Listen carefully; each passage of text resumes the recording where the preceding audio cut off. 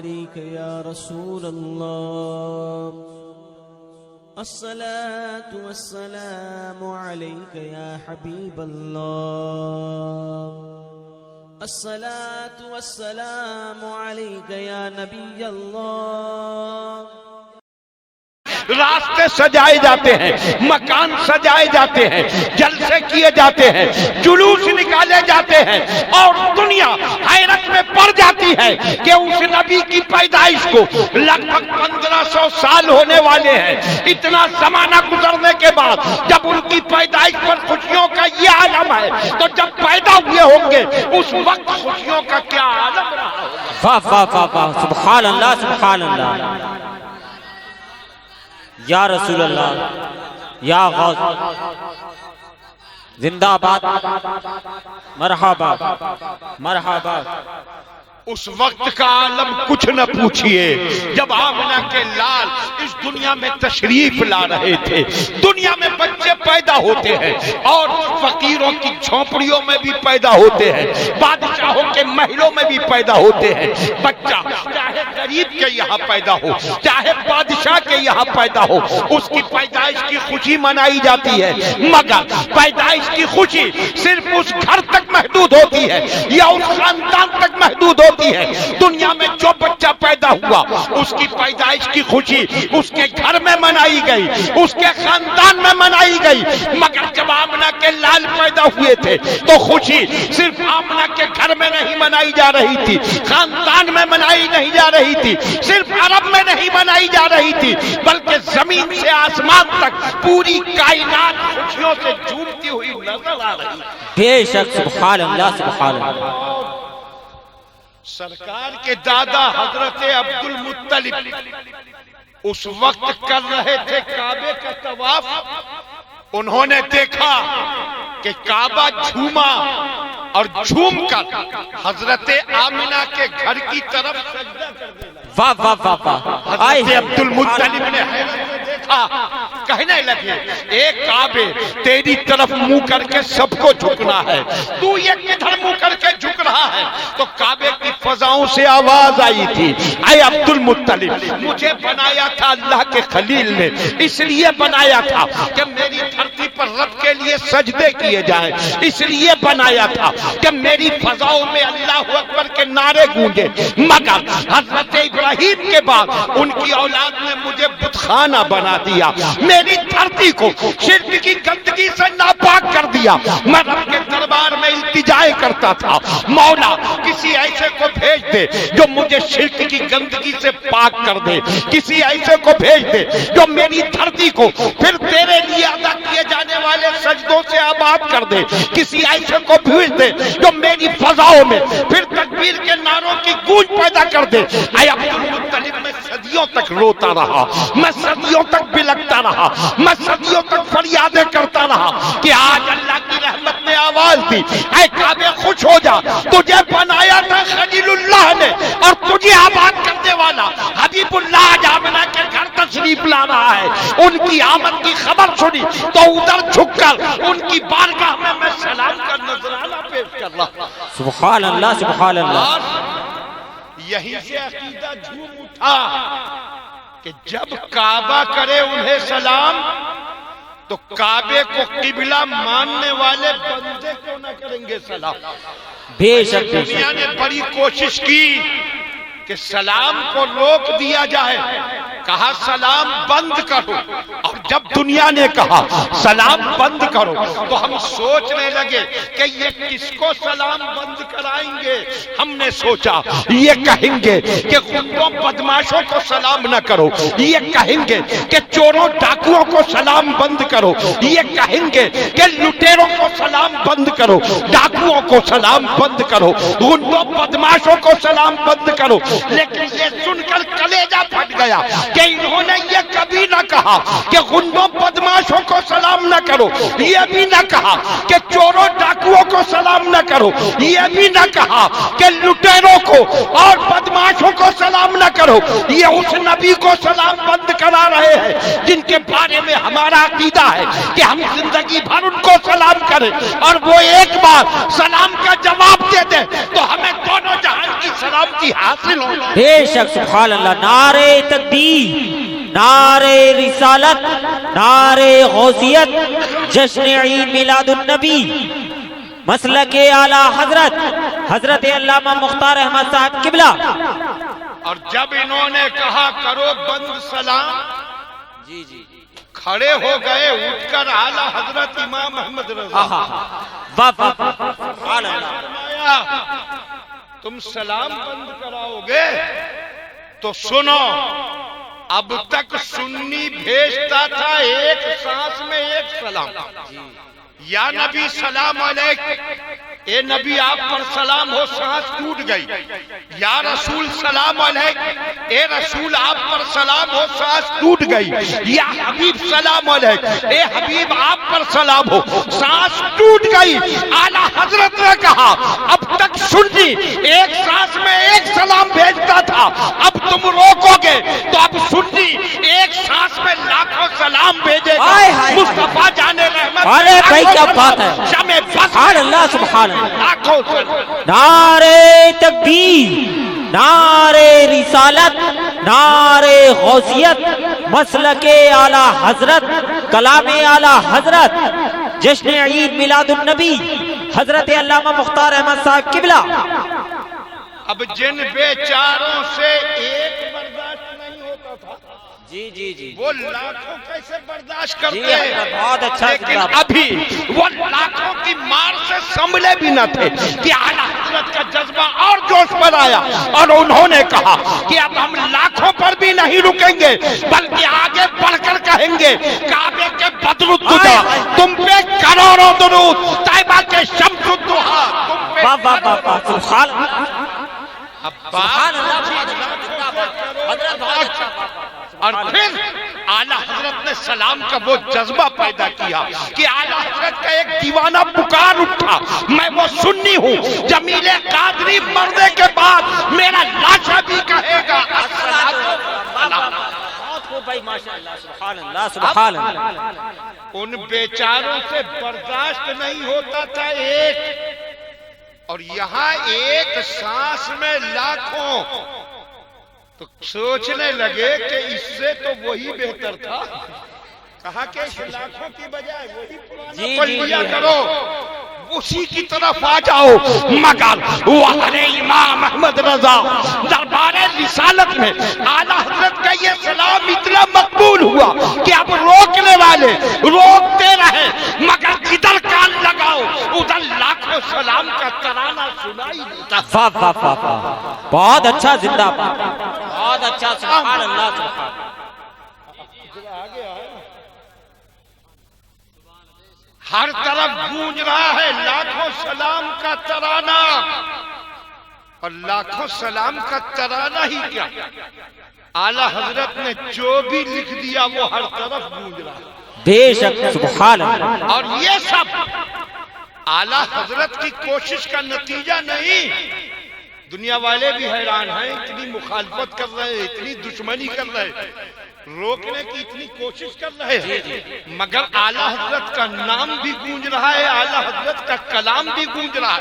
بے شک سبحان اللہ. بے شک. آخر یہ کیوں؟ ہم نے کہا ایک کوشش کرنے والوں، تم کوشش کرتے کرتے زمین میں سما جاؤ گے مگر روک نہیں پاؤ گے، اس لیے کہ اعلیٰ حضرت کے نام کی اور ان کے کلام کی جو شہرت ہے وہ کسی کی محنت کا نتیجہ نہیں، مدینے والے کی رحمت کا صدقہ. بے شک بے شک سبحان اللہ سبحان اللہ. جھوم کر پڑھ رہا ہے سنی سلام، اور کیوں نہ پڑھے، کعبہ کر رہا ہے نبی کو سلام. بے شک سبحان اللہ. کعبہ جھوم رہا ہے، اور کعبہ ہی نہیں پوری کائنات جھوم رہی. ہر طرف خوشی کی لہریں نظر آ رہی ہیں، خوشی کے چشمے ابل رہے ہیں.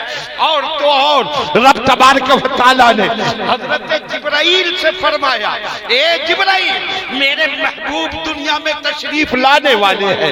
اے جبرائیل دنیا میں کوئی بچہ آتا ہے اس کا استقبال ہوتا ہے، مگر دنیا کے ہر بچے کا استقبال اس کے گھر والے کرتے ہیں، مگر میرا محبوب نوری ہے تو استقبال کرنے والے بھی نوری ہی ہونا چاہیے. بے شک سبحان اللہ. اس لیے ہے جبرائیل تم جاؤ اور میرے محبوب کا استقبال کرو۔ جبرائیل چلنے لگے، رب نے فرمایا اکیلے نہ جاؤ بلکہ فرشتوں کا پورا جلوس لے کر جاؤ۔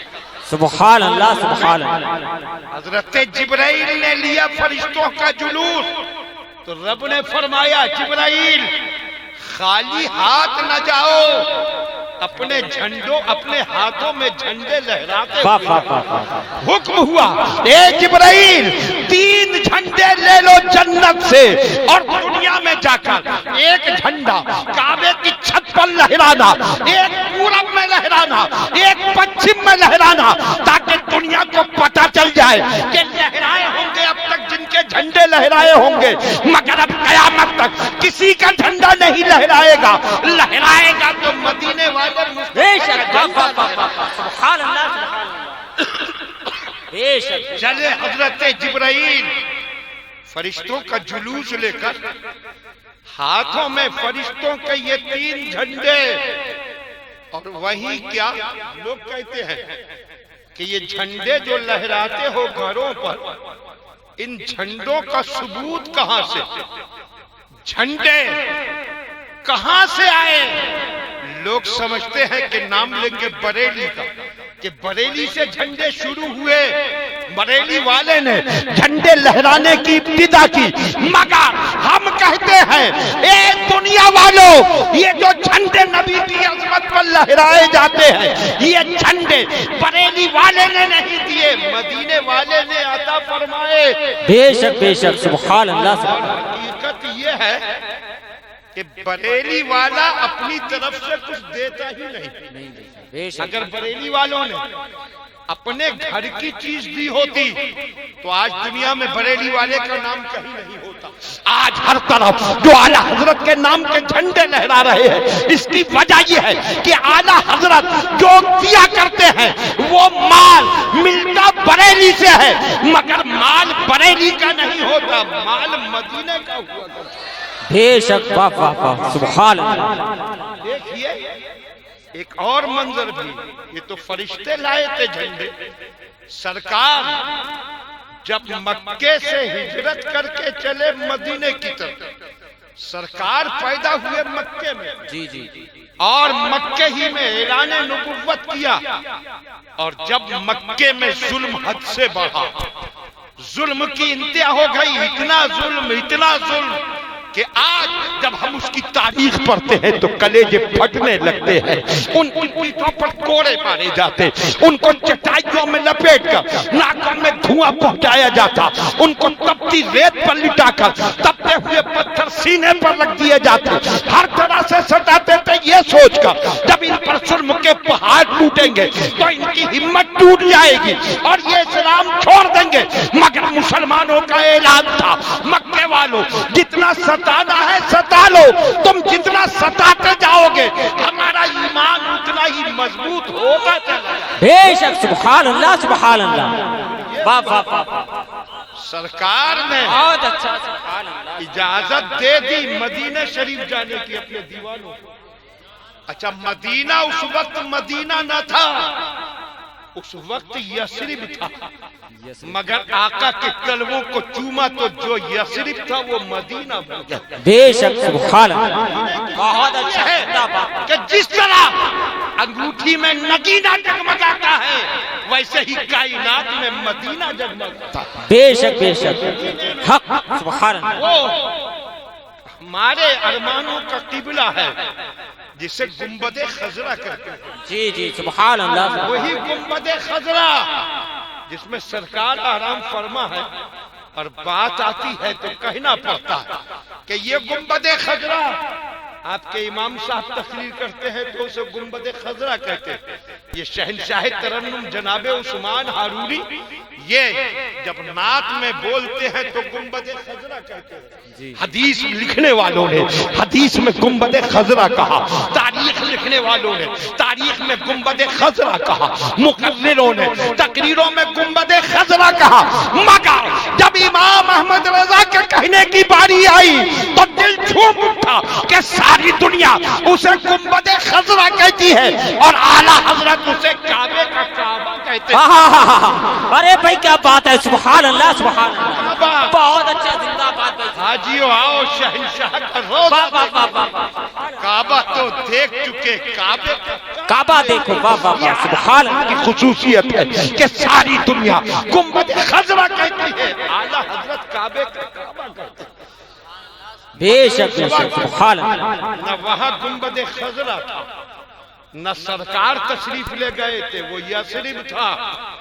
سرکار نے اپنے غلاموں کو بھیجا اور جب ایک ایک کر کے مسلمان مدینے کی طرف چلے گئے تو اب مکے میں پڑ گئی کھلبلی، بھوچالا گیا کہ مسلمان ایک ایک کر کے چلے گئے مدینہ، اب یہ پیغمبر بھی نہ چلے جائیں، اگر یہ چلے گئے تو یہاں تو ظلم کے سائے میں ان کے مذہب کو ہم روکنے میں لگے ہیں، تب بھی یہ مذہب پھیل رہا ہے، اگر مدینہ چلے گئے تو کوئی روکنے والا نہ ہوگا، پھر تو یہ مذہب سیلاب کی طرح سب میں چھاتا چلا جائے۔ سبحان اللہ سبحان یہ اللہ۔ کچھ کرو، بیٹھ گئے مکے کے کافر مشورے کے لیے، کچھ کیا جائے، کیا ہو؟ ایک نے کہا ایسا کرو، یہ کہیں نکل کے چل نہ دیں، اس لیے ان کو ایک کوٹری میں بند کر دو، مضبوط کوٹری میں بند کر کے تالا ڈال دو، اتنی مضبوط کوٹری کہ جس کو یہ اندر سے ہلا نہ سکے اور ان کے چاہنے والے باہر سے کوٹری توڑ نہ سکے، تالا بھی اتنا مضبوط ڈالو کہ جس کو کوئی توڑ نہ پائے، بند کر دو کوٹری میں، اسی میں بھوکے پیاسے تڑپ تڑپ کے مر جائیں گے۔ سارے کافروں نے تالیاں بجائی، ہاں یہ تدبیر ٹھیک ہے، مگر ابو جہل کا کفر بولا تم سب ہو گئے پاگل۔ جی جی، کہا کیوں؟ کہنے لگا وہ کوٹری کہاں سے لاؤ گے جس میں انہیں بند کرو گے؟ مل کر بولیے سبحان اللہ سبحان اللہ سبحان اللہ۔ سب نے کہا لانا کہاں سے ہے؟ بھاری بھاری مضبوط پتھروں سے کوٹری بنائیں گے، اتنے مضبوط پتھر کہ ان کے چاہنے والے باہر سے توڑنا چاہیں ہلا بھی نہ سکیں اور یہ اندر سے ہلا نہ سکیں، اتنے مضبوط پتھروں کی کوٹری بنائیں گے۔ ابو جہل نے کہا مگر تم یہ بھول گئے کہ انہوں نے زمین پر کھڑے ہو کر انگلی کا اشارہ کیا تھا تو آسمان کے چاند کو پھاڑ دیا تھا، اگر یہ کوٹری کی دیواروں کی طرف انگلی اٹھا دیں گے تو دیواروں کا کیا ہوگا؟ بے شک سبحان اللہ سبحان اللہ، واہ واہ واہ واہ، سبحان اللہ۔ دیواریں چکنا چور ہو جائیں گی، یہ نظر اٹھائیں گے تو تالا ٹوٹ کر انہی کے قدم چومنے لگے۔ بے شک سبحان اللہ۔ ایک اور کافر بولا کہ ایسا کرو، ان کو ایک اونٹ پر باندھو اور عرب کے ریگستان میں جہاں دور دور تک نہ آبادی، نہ بستی، نہ پانی، نہ انسانی زندگی، کچھ نہیں، وہاں لے جا کر چھوڑ دو، دھوپ انہیں جلا دے گی، لو انہیں جھلسا دے گی، وہی تڑپ تڑپ کر معاذ اللہ مر جائیں گے۔ سب نے تالیاں بجائی، ہاں یہ تدبیر ٹھیک ہے۔ ابو جہل نے کہا پھر تم ہو گئے پاگل؟ کہنے لگے کیوں؟ اس نے کہا اس لیے کہ وہ دھوپ کہاں سے لاؤ گے جس میں انہیں جلاؤ گے؟ سب نے کہا لانا کہاں سے ہے؟ آج سورج دھوپ برساتا ہی ہے۔ ابو جہل نے کہا تمہیں یہ تو یاد ہے کہ سورج دھوپ برساتا ہے، مگر یہ بھول گئے کہ یہ اپنے شہر کی گلیوں میں ہوتے ہیں اور سورج تیز ہو جائے تو ان کا خدا ان پر سائے کے لیے بادل بھیج دیتا ہے۔ جب ان کا خدا شہر کی دھوپ میں رکھنا گوارا نہیں کرتا تو ریگستان کی دھوپ میں رکھنا کیسے گوارا کر لے گا؟ بے شک سبحان اللہ سبحان اللہ۔ ارے اللہ زندہ باد باد باد۔ اس وقت تک جنگل رہے گا جب تک ان کے قدم نہیں پہنچیں گے، اور ان کے قدم پہنچ گئے تو جنگل میں منگل ہوگا۔ جی جی، آپ دیکھیں وہ تو سرکار کی شان ہے، سرکار کے گھرانے کی شان دیکھو، سرکار کے غلاموں کی شان دیکھو۔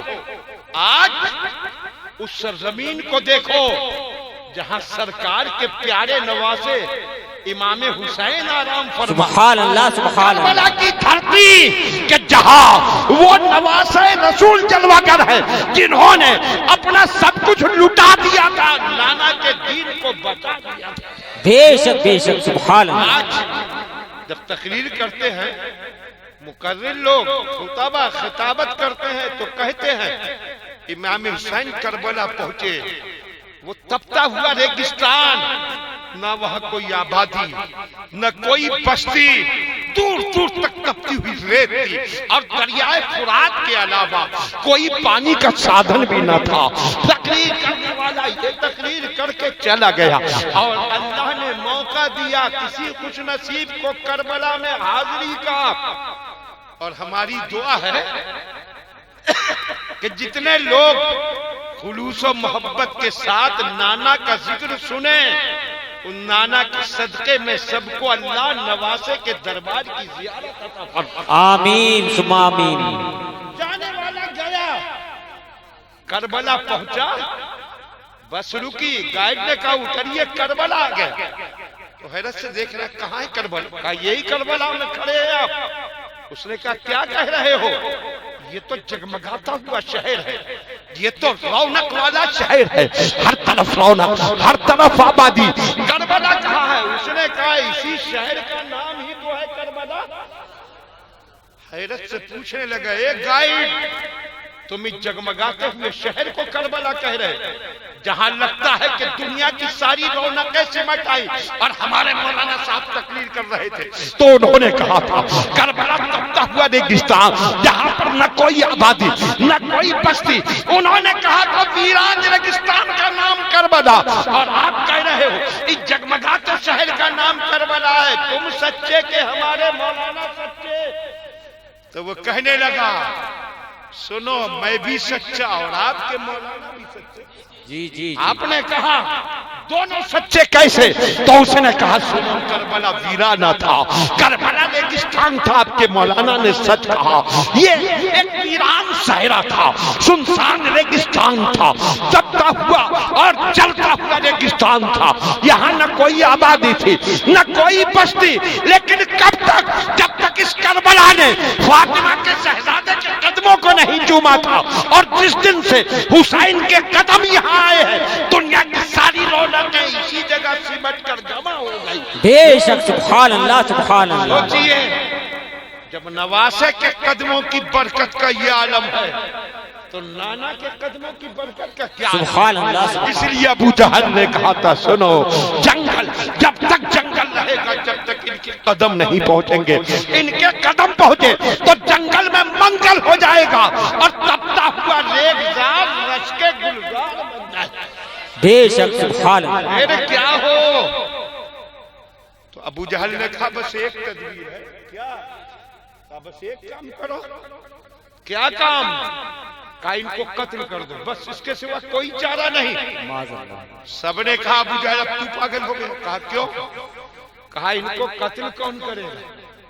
کہنے لگا بات کیا ہے؟ کہا ان کا قتل کرنا اتنا آسان ہوتا تو یہ اب تک زندہ نہیں گھوم رہے ہوتے. ان کو جو قتل کرے گا اس قاتل کے پورے خاندان کا نام و نشان ان کے خاندان والے مٹا دیں. بنو ہاشم سے ٹکر کون لے گا؟ سرکار کا خاندان تھا بنو ہاشم، پورے عرب میں اس کی بہادری کی دھاک تھی. تو ان مکے والوں نے کہا تھا ابو جہل کس خاندان کی ہمت ہے کہ بنو ہاشم سے ٹکر لے؟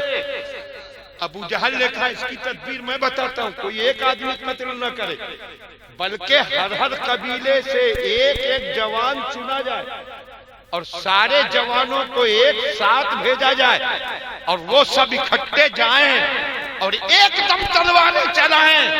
جب سارے خاندان کے لوگ قتل میں شامل ہوں گے تو بنو ہاشم بدلہ کس کس سے لیں گے؟ کتنے خاندانوں سے کیسے ٹکرائیں گے؟ آخر روت ہو کر چپ ہو کر بیٹھ جائیں گے. یہ تدبیر سب کو پسند آئی اور پھر ہر قبیلے کا ایک جوان چھاٹا گیا فلا ٹوٹ. اور جب سارے جوان چن لیے گئے تو ان جوانوں نے کہا اچھا اب آپ لوگ بیٹھو ہم ابھی جاتے ہیں معاذ اللہ اور عبداللہ کے بیٹے کا سر کاٹ کر لاتے ہیں. ابو جہل بولا تم پھر ہو گئے پاگل. کہا کیوں؟ کہنے لگا دن کے اجالے میں جاؤ گے؟ سب کہنے لگے ابو جہل تیری باتیں بھی عجیب ہیں، ہم اتنے ہیں، وہ اکیلے ہیں، اتنوں کو اکیلے سے ڈر کیا، دن کے اجالے میں ہمیں کیا خطرہ ہے، ابھی جاتے ہیں اور سب مل کر اس کو قتل کر دیتے ہیں۔ ابو جہل نے کہا تم پھر بھول گئے، اسی مکے کا ایک جوان تھا، سب سے بہادر جوان، سب سے دلیر جوان، سب سے ہمت والا جوان، زبان کا پکا، قول کا دھنی، جو اعلان کر دیتا تھا پورا کر کے رہتا تھا، جو کہہ دیتا تھا کر کے دکھاتا تھا۔ اس نے اسی حرم میں سب کے سامنے ہم سب کی موجودگی میں تلوار نیام سے نکالی تھی اور کہا تھا یہ میری تلوار اس وقت تک نیام میں نہ جائے گی جب تک کہ عبداللہ کے بیٹے کا خون نہ پی لے گی معاذ اللہ۔ وہ ننگی تلوار لے کر گیا تھا، ہم خوش ہو گئے تھے اب یہ مار کر ہی لوٹے گا، کیونکہ جوان نے آج تک جو کہا ہے کر کے دکھایا ہے۔ مگر وہ جوان دن کے اجالے میں ان کے سامنے پہنچ گیا تھا اور ان کی نظر سے نظر ملی تھی، تو جو قاتل رسول بننے گیا تھا وہ عاشق رسول ہو کر فاروق اعظم۔ واہ واہ واہ واہ، سبحان اللہ سبحان اللہ۔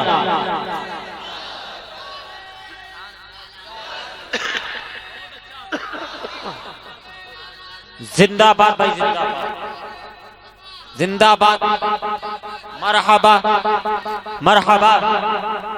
سب واہ واہ واہ، سبحان سبحان اللہ سبحان اللہ۔ نقیب اجلاس بڑی محنت سے جلسہ چلا رہے تھے، مولانا حسان رضا جی، وہ بھی مجھے کرسی پر بٹھا کر اور آپ کو 10 منٹ رکنے کی وصیت کر کے شاید رخصت ہو گئے۔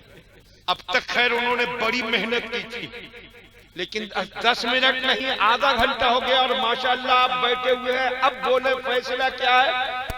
ختم کریں کہ آگے سنیں گے؟ آپ سنیں گے تو ہاتھ اٹھا کر بولیے سبحان اللہ سبحان اللہ۔ ماشاءاللہ جو لوگ بیٹھے ہیں، آئے تو بہت تھے، میرے اسٹیج پر آنے سے پہلے کچھ لوگ چلے گئے، مگر محفل ان کی ہے جو جانے والوں کو بھی دیکھ رہے ہیں، رکنے والوں کو بھی دیکھ رہے ہیں۔ جی جی جی بے شک۔ بس دل لگائیں، اگر جذبے سے سن رہے ہیں تو سب مل کر بول دیں سبحان اللہ۔ اب ابو جہل نے کہا دن کے اجالے میں نہ جانا، ورنہ انہوں نے ایک نظر ڈالی تو سب ان کے قدموں پہ گر کے انہی کا کلمہ پڑھتے نظر آؤ۔ سبحان اللہ سبحان اللہ۔ کہا رات کو جانا، اور وہ بھی جاگتے میں نہیں، جب وہ سو جائیں تب حملہ کرنا۔ کتنی دہشت! کہا سو جائیں تب کرنا حملہ۔ اور پھر رات ہوئی، مکے کی گلیاں سنسان ہو گئی۔ یہ وہ دور تھا کہ سورج ڈوبا اور گلیوں میں سناٹا، اور پھر اس کے بعد جب نماز فرض ہوئی تو صرف نمازی ہی مسجد کی طرف جاتے ہوئے نظر آتے تھے، باقی سب سناٹے میں ڈوب جاتے تھے۔ آج بھی دیہات میں جا کر دیکھیں، رات ہوتی ہے اور گلیوں میں سناٹا پھیل جاتا، لوگ بستروں میں پہنچ جاتے ہیں، ہر طرف سناٹا، صرف نظر آتے ہیں تو وہی جو حی علی الصلاۃ کی آواز سن کر عشاء کی نماز کے لیے مسجد میں جاتے ہیں۔ بے شک سبحان اللہ۔ ہر طرف سناٹا پھیلا ہے، گلیاں سنسان ہیں۔ سرکار کے گھر کو چاروں طرف سے گھیر کر کھڑے ہو گئے کہ جب امنہ کے لال سو جائیں گے تو ہم اچانک گھس کر حملہ کر کے شہید کر دیں گے۔ کھڑے ہیں چاروں طرف، اور ادھر سرکار نے حضرت علی سے کہا علی آج دشمن میرے قتل کے ارادے سے آئے ہیں اور میرے گھر کو گھیرے کھڑے، اس انتظار میں کہ میں سو جاؤں تو حملہ کریں، اور مجھے اب یہاں سے نکلنا ہے، ہجرت کا سفر شروع کرنا ہے۔ اس لیے علی تم میرے بستر پر میری چادر اوڑھ کر سو جاؤ، اور صبح اٹھ کر یہ کچھ امانتیں لوگوں کی میرے پاس ہیں اپنے قبضے میں لو، اور صبح اٹھ کر امانت والوں کو امانتیں پہنچانا، اور تم بھی مدینے چلے آنا۔ سبحان اللہ۔ یہ نوجوان بھی توجہ کریں، آپ بھی، میں یہاں بیٹھے بیٹھے اگر یہ کہوں کہ اس دیوار کے پیچھے 4 لوگ بیٹھے ہوئے یہ باتیں کر رہے ہیں تو آپ مذاق اڑائیں گے کہ یہاں بیٹھے بیٹھے دیوار پیچھے کا پتہ کیسے چلا. مگر سرکار نے جب یہ فرمایا کہ جب دشمن میرے گھر کو چاروں طرف سے گھیرے کھڑے ہیں، وہ سی سی کیمرے کا دور نہیں تھا کہ کیمرے پر دیکھ رہے ہیں، نہ کوئی اور ذریعہ تھا. حضرت علی نے یہ نہیں کہا آقا آپ گھر سے باہر گئے نہیں، باہر سے کوئی اندر آیا نہیں، آپ کو کیسے پتا چلا؟ اے علی یہ سوال کیوں نہیں کرتے؟ تو علی کا ایمان بولے گا یہ سوال وہ کرے جس کا عقیدہ یہ ہو کہ حضور کو دیوار پیچھے کی خبر نہیں، اور ہم صحابیوں کا عقیدہ تو یہ ہے کہ یہ تو دیوار کے پیچھے کی بات ہے. آقا نگاہ اٹھاتے ہیں تو آسمانوں کے پار دیکھا کرتے ہیں. بے شک سبحان اللہ سبحان اللہ. واہ واہ. ساری ارے بھائی کیا بات ہے. زندہ باد. اب کافر دھیان دیں، وہ گھر کے چاروں طرف کھڑے تھے اندھیرے میں یہ سوچ کر کہ انہیں دیوار کے پیچھے کی خبر نہ ہو.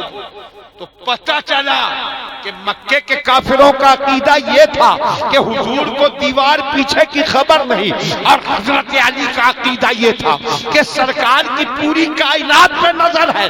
اب اپنی اپنی قسمت کہ وہابیوں کے حصے میں، دیوبندیوں کے حصے میں کافروں کا عقیدہ آیا، اور ہم سنیوں کے حصے میں شیر خدا کا عقیدہ آیا.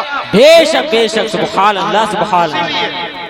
دیوبندیوں نے لکھ دیا کہ حضور کو دیوار پیچھے کی خبر نہیں، اور ہم سنیوں کے امام اہل سنت اعلیٰ حضرت پکار اٹھے اور کوئی غیب کیا تم سے نہا ہو بھلا جب نہ خدا ہی چھپا تم پہ. واہ واہ واہ سبحان اللہ.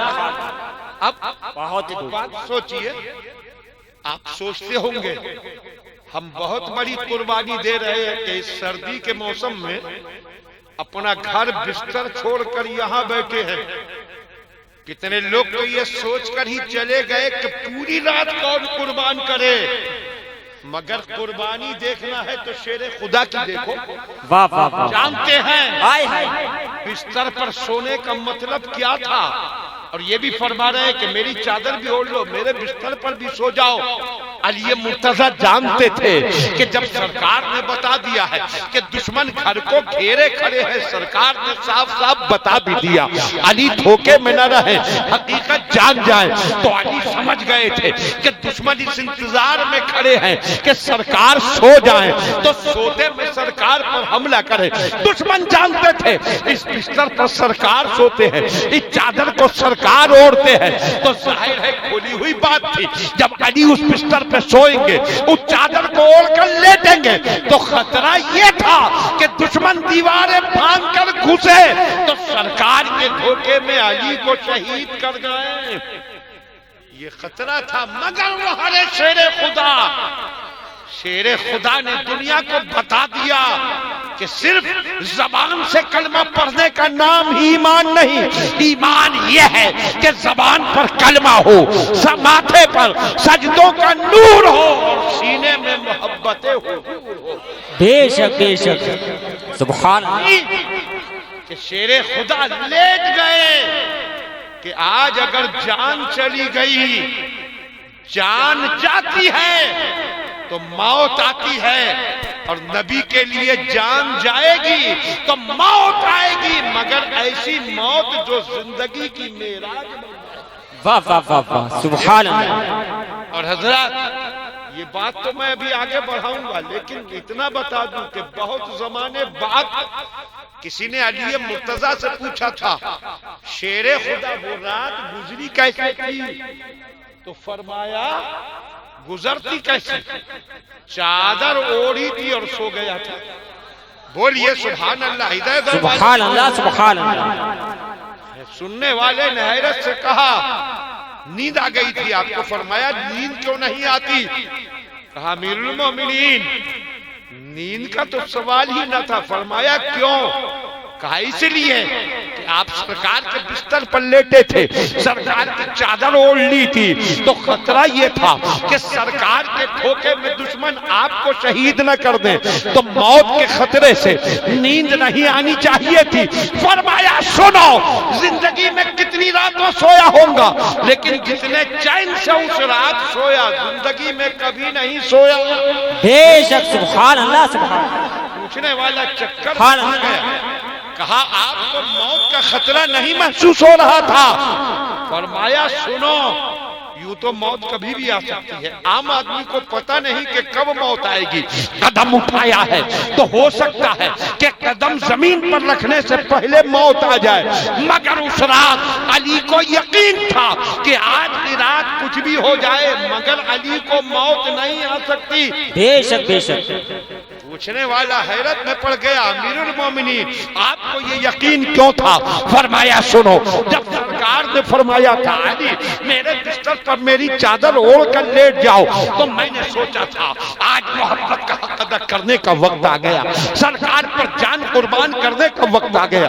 میں خوشی سے جھوما تھا کہ آج ہمیں محبت ادا ہو جائے گا، مگر جب آقا نے فرمایا تھا علی یہ مکے والوں کی امانتیں اپنے قبضے میں لو، اور صبح کو امانت والوں کو پہنچا کر تم بھی مدینے آ جانا، تو میرا ایمان پکار اٹھا تھا، اے علی اب جب تک امانتیں پہنچا کر تم مدینے نہیں پہنچ جاؤ گے تمہیں موت نہیں آ سکتی، کیونکہ کائنات بدل سکتی ہے، نبی کی بات نہیں بدل سکتی۔ بے شک، بے شک، سبحان اللہ، سبحان اللہ۔ نعرہ تکبیر، نعرہ رسالت، نعرہ غوثیت، جشن عید میلاد النبی۔ ذرا یہ تو تھا ان کا یقین، مگر سو گئے۔ اور پھر ایک بات یہ بھی سوچو، حضرت علی نے یہ بھی نہ کہا سرکار آپ کہہ رہے ہیں میں نکل جاؤں گا، ہجرت کا سفر شروع کروں گا، لیکن جب دشمن چاروں طرف سے گھر گھیرے ہیں تو آپ نکلیں گے کیسے؟ علی نے یہ سوال بھی نہیں کیا، اس لیے کہ علی جانتے تھے کہ اگر آقا خود کو دکھانا چاہے تو ساری دنیا دیکھے، اور چھپانا چاہے تو کوئی نہ دیکھ سکے۔ بے شک، بے شک، سبحان اللہ۔ سرکار نکل گئے، غار ثور پہنچے۔ مختصر بات یہ 3 دن غار ثور میں رہے، اور اس کے بعد آپ 3 دن کے بعد چلے مدینہ شریف کی طرف۔ صرف 4 لوگ، ایک آپ، ایک صدیق اکبر، ایک صدیق اکبر کے غلام عامر بن فہیرہ، اور ایک راستہ بتانے والے کو لے لیا تھا، گائیڈ کو، جو کہ ریگستانی راستوں کو پہچاننے والا تھا، اس کا نام تھا عبداللہ۔ اس طرح 4 لوگ چلے تھے مدینے کی طرف۔ اب سنو، نوجوانوں بھی سنو، بچوں بھی سنو، بڑے بھی سنو، سرکار جا رہے تھے، سفر طے کر رہے تھے، کل 4 لوگ تھے۔ راستے میں کچھ اور حالات بھی درپیش ہوئے، اور ایک موقع وہ آیا کہ ایک شخص نام تھا بریدہ، وہ 70 لوگوں کے ساتھ سرکار کے پیچھے آئے، کیونکہ مکے والے اعلان کر چکے تھے جو انہیں زندہ مردہ پکڑ لائے 100 اونٹ انعام میں پائے گا۔ بریدہ بھی چلے تھے قسمت آزمانے کے لیے، اور وہ 70 لوگوں کو ساتھ لے کر آئے تھے تاکہ سرکار کے ساتھ اگر کچھ لوگ ہوں تو ان کا مقابلہ بھی کیا جا سکے۔ آئے تھے سرکار کو پکڑنے، لیکن خود پکڑے گئے۔ آقا کو دیکھا تو فوراً پکار اٹھے کہ اب تک میں دھوکے میں تھا، اندھیرے میں تھا، جو آپ کو دیکھ لے وہ آپ سے دشمنی کیسے کر سکتا ہے؟ ہمیں کلمہ پڑھائیے، مسلمان۔ واہ واہ واہ واہ، سبحان اللہ، سبحان اللہ۔ لوگوں کے ساتھ حضرت بریدہ مسلمان ہو گئے۔ اب دھیان دیجئے، لوگ کہتے ہیں یہ جھنڈا کہاں سے شروع ہوا؟ میں بتاؤں شروع کہاں سے ہوا؟ وہ تو فرشتے لائے تھے، لیکن زمین پر کہاں سے شروع ہوا؟ حضرت بریدہ جب مسلمان ہوئے تو اب تک تھے 4 لوگ، اب حضرت بریدہ 70 لوگوں کے ساتھ آئے تھے، 70 ان کے ساتھی، ایک وہ 71 میں، اور 4 سرکار، آپ اور 3 ساتھی، تو اب کل کتنے ہو گئے؟ زور سے بولیے۔ 75۔ کچھ آپ بھی تو بولیے، کتنے ہوئے؟ 75 ہوئے, پورا جلوس بن گیا. حضرت بریدہ نے عرض کی اے آقا مجھے یہ اچھا نہیں لگ رہا کہ ہم اتنے لوگ ایسے ہی جائیں, میرا دل چاہتا ہے کہ آپ کی عظمت کے اظہار کے لیے جھنڈا لہرا دیا جائے. سبحان اللہ سبحان اللہ. میں جھنڈا بہت اچھا. سرکار نے اجازت دے دی, ہاں لہرا دو جھنڈا. تو اب وہاں جھنڈے کا کپڑا کہاں تھا؟ حضرت بریدہ نے اپنے سر سے اپنا امامہ اتارا اور پھر ڈنڈا کہاں سے لائے؟ تو ان کے پاس جو نیزہ تھا بلم, اس امامے کے کپڑے کو اسی بلم میں پھانسا اور اس کے بعد اس کو لہرا دیا کہ نبی کا جلوس اب خالی ہاتھ نہیں جائے گا, جھنڈا لہراتا ہوا جائے گا. بے شک سبحان اللہ سبحان اللہ. ادھر کے لڑکے ایک ایک کر کے کم ہوتے جا رہے ہیں, سب کمیٹی کی تھے. جو پیچھے باتیں کر رہے ہیں وہ آ جائے, بیٹا اتنی محنت سے جلسہ کیا. واقعی یہ لڑکے اللہ ان کی عمروں میں خوب برکتیں دے, آمین. ان کے کاروبار کو اور زیادہ وسیع فرمائے, آمین. ہر آفت بلا سے انہیں بچائے. واقعی یہ بہت محنت کرتے ہیں. لیکن بیٹا صرف جلسہ سجانے کی محنت تو کر لی, اب کچھ سننے کی زحمت بھی کرو تاکہ سننے کا ثواب بھی پاؤ. جو بچے پیچھے جا کر باتیں کر رہے ہیں وہ پھر اپنی جگہ پر لٹا. اور اگر آپ لوگ تھک گئے ہو تو تقریر کروں ختم, ورنہ سننے کی بات ہے تو بولیے سبحان اللہ. اتنی سردی میں آپ یہاں بیٹھے ہیں, مجھے رتی بھر بھی یہ خیال نہیں کہ آپ بحیری والے مختار کی محبت میں بیٹھے ہیں. میں جانتا ہوں یہ بحیری والے مختار کی محبت نہیں, مدینے والے احمد مختار کی محبت. بے شک سبحان اللہ سبحان اللہ. جی تو دل لگائیے اور پھر مل کر بول دیجئے سبحان اللہ. اب دیکھیں وہ جھنڈا لہرایا. اب پوچھئے کہ یہ جھنڈا کس لیے لہرایا؟ سرکار کی عظمت ظاہر کرنے کے لیے. اور یہ ربیع الاول میں ایمان والے گھروں پر جھنڈا کیوں لہراتے ہیں؟ جلوس میں ہاتھ میں جھنڈا کیوں اٹھاتے ہیں؟ سرکار کی عظمت کے اظہار کے لیے. حضرت بریدہ نے سرکار کی اجازت سے جھنڈا لہرایا تھا, اور سرکار جو فرمائے وہ اس وقت تک کے لیے نہیں ہوتا, قیامت تک کے لیے ہوتا ہے. تو آقا کی طرف سے قیامت تک کے لیے اجازت مل گئی کہ سرکار کی عظمت کے لیے جھنڈا لہرایا جا سکتا ہے. بے شک سبحان اللہ. مسلمانوں خوب لہراؤ جھنڈے. یہ تو زمین پر شروع ہوئی, تو یہ جھنڈا بریلی سے نہیں آیا, بریلی والے نے نہیں دیا, مدینے والے نے دیا. اب یہ الگ بات ہے کہ احمد رضا نے, امام اہل سنت نے, اعلیٰ حضرت نے جو مدینے والے سے لیا وہ گھر گھر پہنچا دیا. بے شک ہر گھر پہ جھنڈا لہرا رہا ہے, ہر دکان پر جھنڈا لہرا رہا ہے. جلنے والے جلتے رہے, مگر اعلیٰ حضرت کہتے ہیں جلتے رہو جلو, مگر ہم حشر تک ڈالیں گے ہم پیدائش مولا کی دھوم مثل فارس نجد کے قلعے گراتے جائیں گے اور خاک ہو جائیں عدو جل کر, مگر ہم تو رضا دم میں جب تک دم ہے ذکر ان کا سناتے. بے شک سبحان اللہ. نعرہ تکبیر, نعرہ رسالت, نعرہ غوثیت, جشن عید میلاد النبی, کلام اعلی حضرت حضرت علامہ مولانا مختار احمد صاحب قبلہ. اب ادھر فرشتوں کو حکم ملا 3 جھنڈے لے جاؤ, ایک کعبے کی چھت پر لہرانا, ایک پورب میں ایک پچھم میں. اللہ نے فرشتوں سے سرکار کی پیدائش کے موقع پر یہ جھنڈے لہروائے. اسی سنت پر عمل کرتے ہوئے ہم بھی لہراتے ہیں. اب فرشتوں کا پورا جلوس چلا, ہاتھوں میں جھنڈے لیے, خوشی سے جھومتا. کعبہ جھوم رہا ہے, کائنات جھوم رہی ہے, نوری فرشتے جھوم رہے ہیں, اور خوشی کے اسی ماحول میں بلند ہوئی کسی کے رونے کی آواز. کوئی رونے لگا, اور رویا بھی تو بڑا چیخ چیخ کر, تڑپ تڑپ کر, بلک بلک کر, جیسے کسی پر قیامت ٹوٹ پڑی. پوری دنیا چکر میں کہ یا اللہ پورا زمانہ خوشی منا رہا ہے, یہ کون رونے لگا؟ مگر دنیا میں جتنے بھی شیطان چھوٹے چھوٹے پھیلے ہوئے تھے شیطانی ذریت، انہوں نے پہچان لیا کہ یہ کوئی اور نہیں رو رہا، یہ تو ہمارے گروجی مہاراج شیطان ملعون رو رہا۔ ساری ذریت دوڑ پڑی، کہاں رو رہا؟ تو دیکھا مکے کے قریب قبیس پہاڑی ہے، اسی پہاڑی کی گھاٹی میں سر پٹک پٹک کر رو رہا، خاک اڑا اڑا کے رو رہا ہے۔ ساری ذریت جمع ہو گئی ہے، شیطان پوری دنیا آج خوشی منا رہی ہے، تو کیوں رو رہا؟ تو شیطان نے کہا تھا تمہیں پتا ہے پوری دنیا کیوں خوشی منا رہی ہے؟ کہنے لگے ہاں ہمیں پتا چلا ہے کہ مکے میں کوئی بچہ پیدا ہونے والا ہے، اس بچے کی پیدائش پر پوری دنیا خوشی منا رہی ہے۔ شیطان نے کہا جس بچے کی پیدائش پر پوری دنیا خوشی منا رہی ہے اسی کی پیدائش پر میں آنسو بہا رہا ہوں، رو رہا ہوں۔ ذریت نے کہا اے شیطان، جب پوری دنیا خوشی منا رہی ہے تو تو کیوں رو رہا ہے؟ تو شیطان نے کہا ساری دنیا اس لیے خوش ہے کہ اسے آباد کرنے والا آ رہا ہے، اور میں اس لیے رو رہا ہوں کہ مجھے برباد کرنے والا آ رہا ہے۔ بے شک بے شک۔ کیا مطلب؟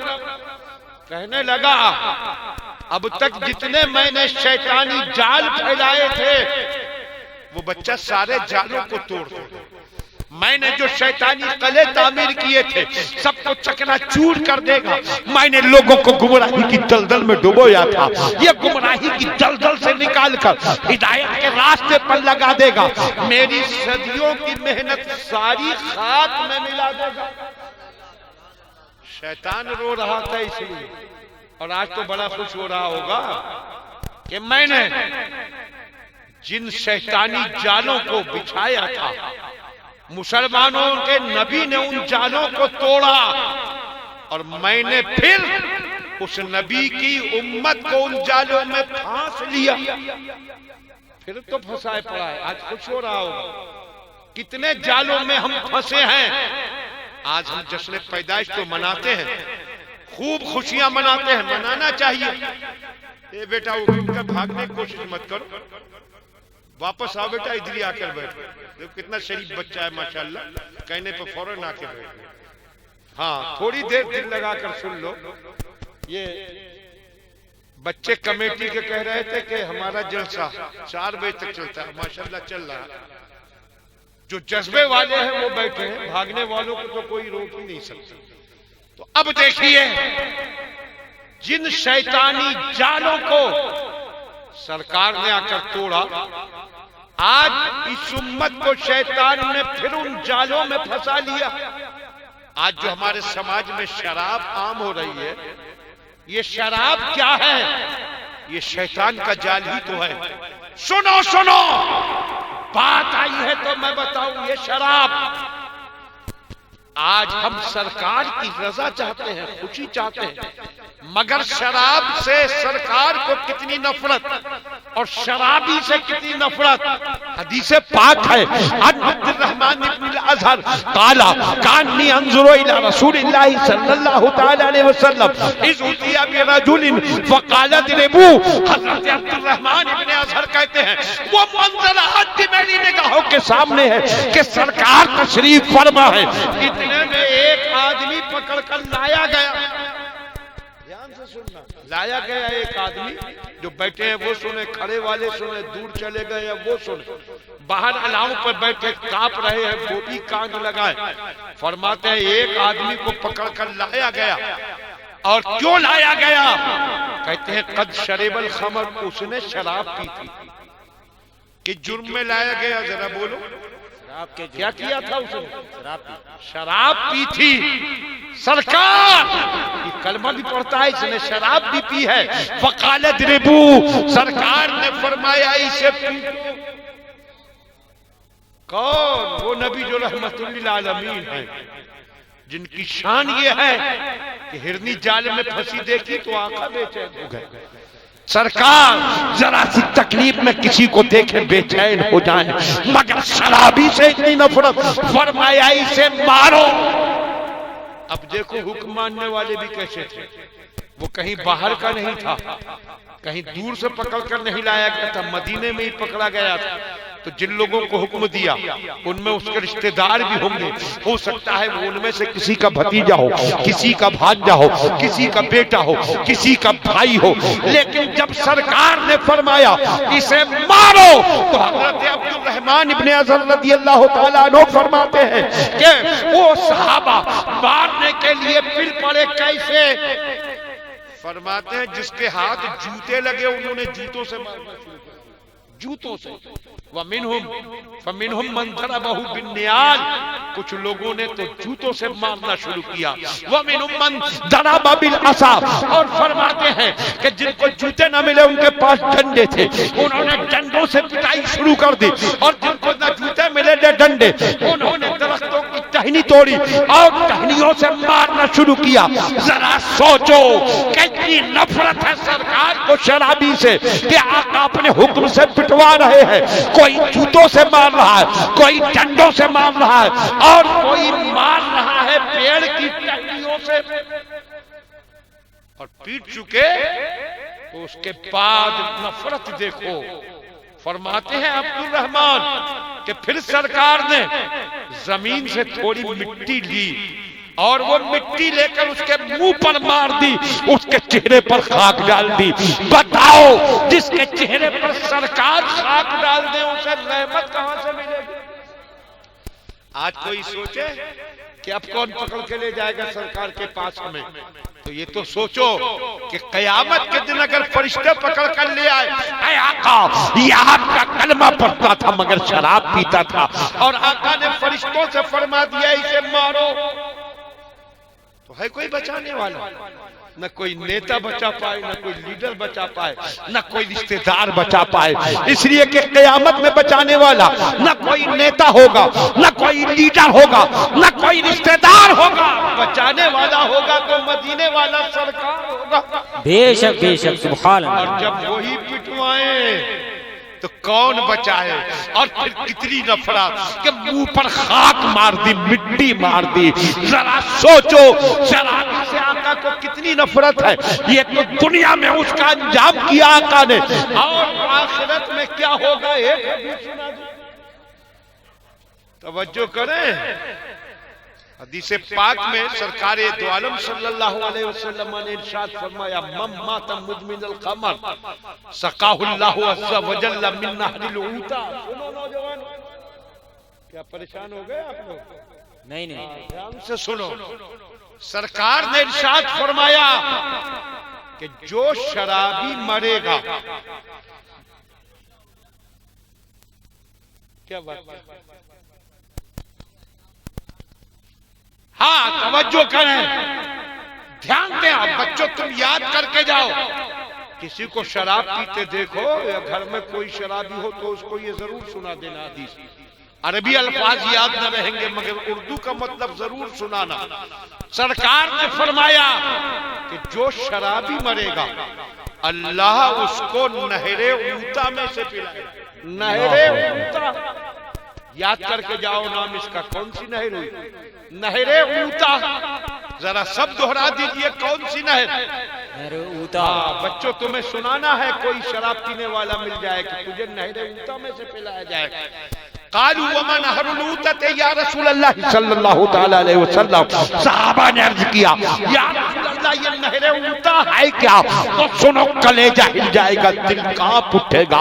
آقا نے ارشاد فرمایا کہ جہنم میں جو بدکار عورتیں ہوں گی، گندی فاحشہ عورتیں ہوں گی، ان کے بدن سے پیشاب کی جگہ خون اور پیپ نکلے گا۔ وہ خون اور پیپ اتنا بدبودار ہوگا کہ جہنمیوں کے دباغ کی بدبو سے کھولنے لگیں گے۔ وہ خون اور پیپ اتنا نکلے گا کہ نہر کی شکل ہو جائے گا، اور وہی نہر اوتا ہے جو دنیا میں شراب پیے گا، بدلے میں نہر اوتا کا خون اور پیپ پلایا جائے گا۔ اللہ۔ اب سنو، یہ کسی ہندوستانی لیڈر کی بات نہیں جو 24 گھنٹے میں 48 رنگ بدل لے، روز بدلتی رہے۔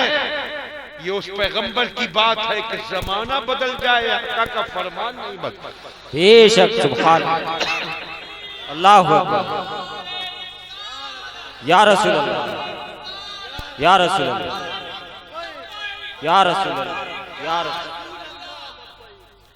اب سوچو جلسہ کیا ہے تو خالی نعرے سے اور سبحان اللہ سے کام نہیں چلے گا، کچھ سرکار کا پیغام بھی تو لے کر جاؤ، سرکار کا جو سبق ہے وہ بھی تو سنو۔ 1000 نعرے لگے اور 10,000 بار سبحان اللہ کا، بے شک ثواب تو ملے گا، ثواب سے تو محروم ہی نہیں، ثواب کا تو خزانہ جمع ہوگا، مگر جشن نبی منانے کا مقصد پوری طرح پورا نہ ہوگا۔ مقصد پورا جب ہوگا جب آقا کا پیغام بھی سنو، اگر ایک کے دل میں بھی اللہ کا خوف پیدا ہو جائے تو ساری محنت وصول ہو جائے۔ بے شک بے شک، اب بولو یہاں سے وہاں تک ایک بار سب بول دو، نہر اونتا کا خون اور پیپ آپ سمجھ گئے، دنیا کا ہی خون، پیپ کہیں سے نکلے۔ اگر آپ کھانا کھانے بیٹھے ہو برابر میں کسی کے زخم سے پیپ بہنے لگے تو آپ کھانا چھوڑ کر اٹھ جاؤ، اتنی گھن پیدا ہوگی۔ اور پھر وہ خون اور پیپ کہاں سے نکلے گا؟ پیشاب کی بجائے وہ خون اور پیپ نکلے گا بدکار عورتوں کے بدن سے، اور اتنا بدبودار کہ سرکار نے فرمایا جہنمیوں کے دماغ اس کی بدبو سے کھولنے لگیں گے۔ سوچو، سچائی سے بولو، کیا اس خون اور پیپ کو پینا پسند کرو گے؟ ارے زور سے بولو، کیا کسی کو پسند ہے؟ اللہ سب کو محفوظ رکھے۔ اگر وہ پسند نہیں ہے تو اگر شراب کوئی پیتا ہے تو سنو، ہمارے اسلام کا دامن اتنا وسیع ہے، آقا کا فرمان دیکھو، اللہ کا فرمان، نبی کا فرمان کہ اگر کوئی سچے دل سے توبہ کر لے اور عہد کر لے کہ آئندہ یہ گناہ نہیں کروں گا تو اس کی آخرت کی سزا سے محفوظ ہو جائے گا۔ بے شک بے شک، سبحان اگر کوئی شراب پیتا ہے تو آج دل میں عہد کر لے کہ شراب نہیں پیوں گا۔ آج ہمارے سماج میں شراب بہت پھیل گئی، نوجوانوں کو سمجھاتے ہیں بیٹا شراب نہ پیو، تو کوئی نوجوان تو اتنا بے باک کہتا ہے کہ حضرت ہم شراب کہاں پیتے ہیں؟ ہم نے کہا پھر؟ کہا حضرت میں تو بیئر پیتا ہوں۔ ہم نے کہا بیئر کیا ہے؟ کہنے لگا کولڈ ڈرنک ہے۔ سن، یہ بھی شیطان کا جال ہے، بیئر ہو یا وسکی ہو یا برانڈی ہو، کوئی بھی ولایتی شراب ہو یا دیسی ٹھرا ہو، ہر شراب کا ایک ہی حکم ہے، اس کا قطرہ قطرہ پیشاب کی طرح ناپاک ہے، حرام ہے۔ تو کوئی سی بھی شراب پیے گا بدلے میں وہی خون اور پیپ پلایا جائے گا۔ اور یہ بھی سنو، اب کوئی کہنے لگا حضرت چلیے شراب کا حکم تو یہ ہوا، مگر یہ جو نئی نشے کی چیزیں چل رہی ہیں، یہ ہیروئن، یہ افیون، یہ کوکین، افیم اور یہ نشے کے انجیکشن، یہ ہم نے کہا یہ بھی حرام، ان کا حکم بھی یہی، سزا یہی۔ کہنے لگا ان کو کس نے حرام کیا؟ ہم نے کہا اس کو بھی مدینے والے نے حرام کیا۔ کہنے لگا حضرت سوچ کر بولی۔ ہم نے کہا کیوں؟ کہا شراب سرکار کے زمانے میں یہ ہیروئن تھی۔ ہم نے کہا نہیں۔ کہا کوکین تھی؟ میں نے کہا نہیں۔ کہنے لگا نشے کا انجیکشن تھا؟ میں نے کہا نہیں۔ نشے کے کیپسول گولیاں تھی؟ میں نے کہا نہیں۔